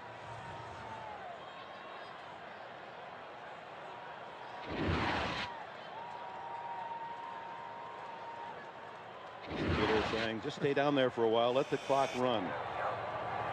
On 3rd and 5. First down. Mason again to the 49 of Pittsburgh. Don't use your timeout here. That McNair's going to get him up to the ball. You don't want to waste your time out here, but you don't want to just spike it either. Run a real play. Mason 5 catches here in the 2nd half. McNair pulling away from the Steelers, and there's that toughness to the 44. And take your time out there. 31 seconds left. They almost grabbed the ball out of his hands as he cocked it back to throw. Risky, but he got away with it. Jason Gilden was right there reaching for it. Pirouetting with the ball up in the air. How's this for pocket awareness by Steve McNair? And the strength But why are we surprised? And will. We've been watching this for the last 8 years. One would think 45 would be reasonable. But Steve McNair has the whole field at his disposal with 31 seconds. You don't have to favor the sidelines. You have time to use the middle of the field. The throw is a lateral pass, and it's Mason reaching to the 41-yard line. Did not. No, the clock continues. And now McNair really has to hustle to get up there and down the ball, stop the clock. Ooh, that chewed up an awful lot of time. That was a killer. He's not going to throw it down, apparently. Going to run a play. No, now he does after a hesitation. Whoa. Now it's 8 seconds left. There's about 7 seconds gone before he elected to down the ball. Ooh, they had a chance to go down. I wonder if that was going to be a pass play or some sort of a gimmick play, because boy, that backfired to the point where that cost Tennessee the chance to run at least 2 more plays. It was definitely a backward pass to Mason. And he never showed a hint of throwing the ball. So from the 40-yard line, and now it's 4th down as well, 4th and 1. There were 31 seconds on the clock at the beginning of that play. Timeout. Well, sure can't be Tennessee taking a timeout. So Pittsburgh. And there are 6 defensive backs on the field for the Steelers. And they're all up in press coverage. Triple left formation. There's the and Holcomb gets the 10 yards. There's the 10. 3 seconds to go. And they got the matchup they wanted. They got Robert Holcomb on a linebacker. And Joe Nedney. Yep. Clark Hagan's number 53, the middle linebacker. He's got responsibility on Holcomb, and he never does get there. He's in the middle of the formation, and he never gets there until Holcomb is already out of bounds. And now an entire season comes down to the left leg of Joe Nedney, who will try a 48-yard field goal to win it. High snap. The kick is no good. Never had a chance. Playoff overtime. Kay Cower hardly can bear watching. And so after the rigors of 60 minutes of smash mouth, hard hitting football, will play in overtime sudden death. It was a high snap. And once that ball started right into the wind just took it away. Right. Craig Hentrick did a good job of getting the ball down. It was a clean hold. How symbolic is it that they come down and actually go to overtime? We're going to play the game until we have a winner. First team to score will win. The timing procedures will be just like starting a new game, the first quarter. 3 timeouts each. Any replay will have to be initiated by the replay assistant. Pittsburgh, call it sauce, please. Tails is called. Heads it is. Tennessee wins the toss. They want the football. Which goal do you want to defend? Hold it. Which goal do you want? Steelers obviously did take the win and will kick left to right. Tennessee with the first chance, and John Simon and Justin McCarrons with the return duties for Jeff Fisher.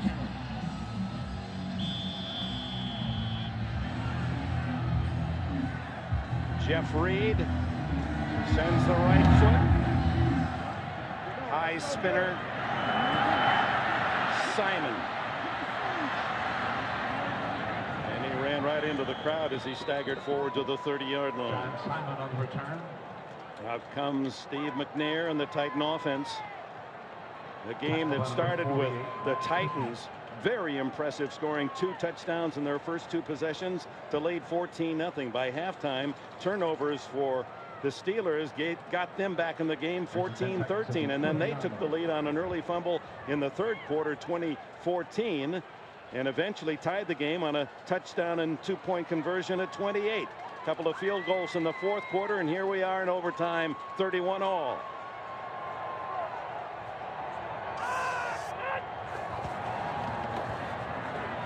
McNair to the side, incomplete. Coverage by Ferrier on Robert Holcomb.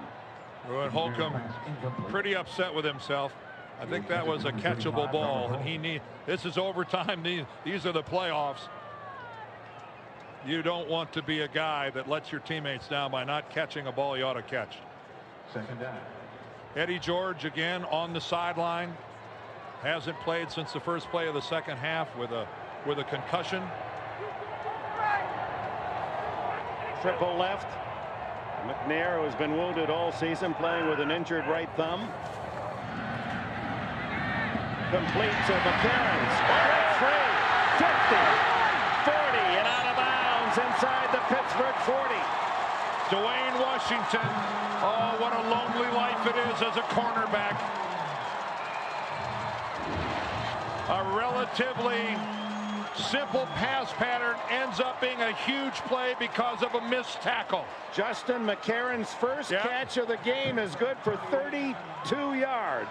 And Washington is indecisive in coming up to tackle. He breaks down too far away from McCarron's. When McCarron's makes a play to the sideline, Washington can't get to him. Blitz coming. McNair.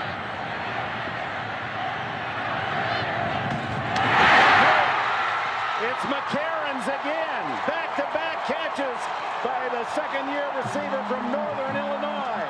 And I'm watching that going, Steve, you've done your job. You've gotten outside the pocket. All you have to do now is just throw it away. You're allowed to ground the ball. And what does he do? He throws a laser downfield. Right here, he'd already done his job. But no, I can make that throw on the run. With three Steelers surrounding McCarron's. Unbelievable work by Steve McNair. It's good for 22 yards to the 16-yard line. Now, what will Fisher's plan be? How many plays before he brings in the field goal unit? Holcomb is the running back. Holcomb up the middle. Gets to the 13-yard line, center of the field, and here comes Nedney to win it. Remember, Pittsburgh beat Tennessee because they tried a field goal on third down. It didn't work, got blocked, and then they kicked it on fourth down. Yeah, I think that's remembered by both these coaches. Come out here and try to kick it with a couple downs to spare. One would guess Cowher will spend a timeout here and let Nedney think about it. It will be a 31-yard attempt.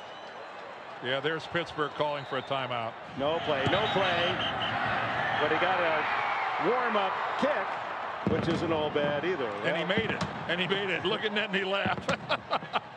Yeah, the skyrocket guy. Hey, boys, it didn't count. Well, now it sets off one at the other end. Unbelievable. Pyrotechnical prematurity.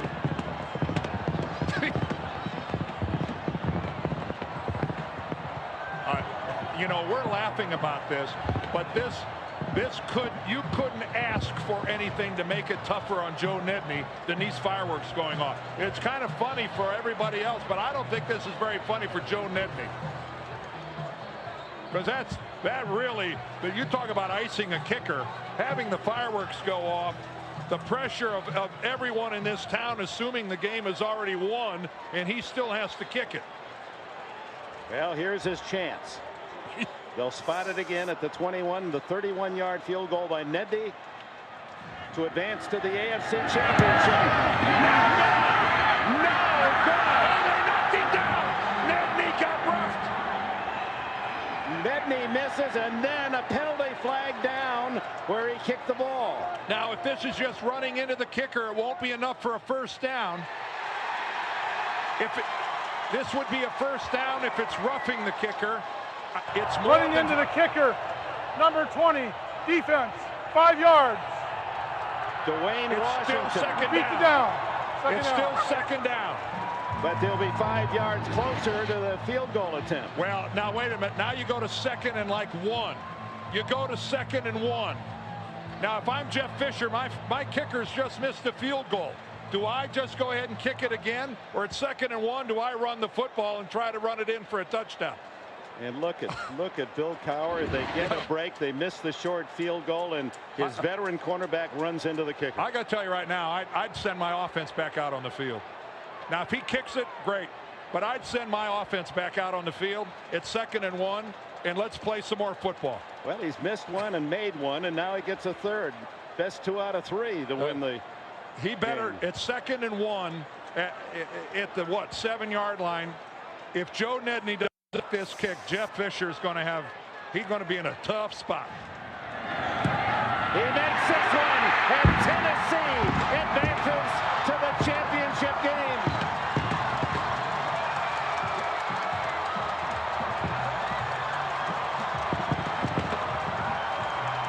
And I think Bill Cowher is telling Ron Blum, you cost us a game by calling that penalty.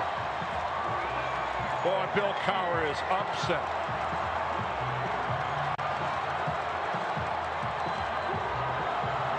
As Nedney had missed the short field goal attempt, but Washington ran into the kicker Nedney, and the Titans celebrate as they advance to meet either the Jets or the Oakland Raiders for the AFC title.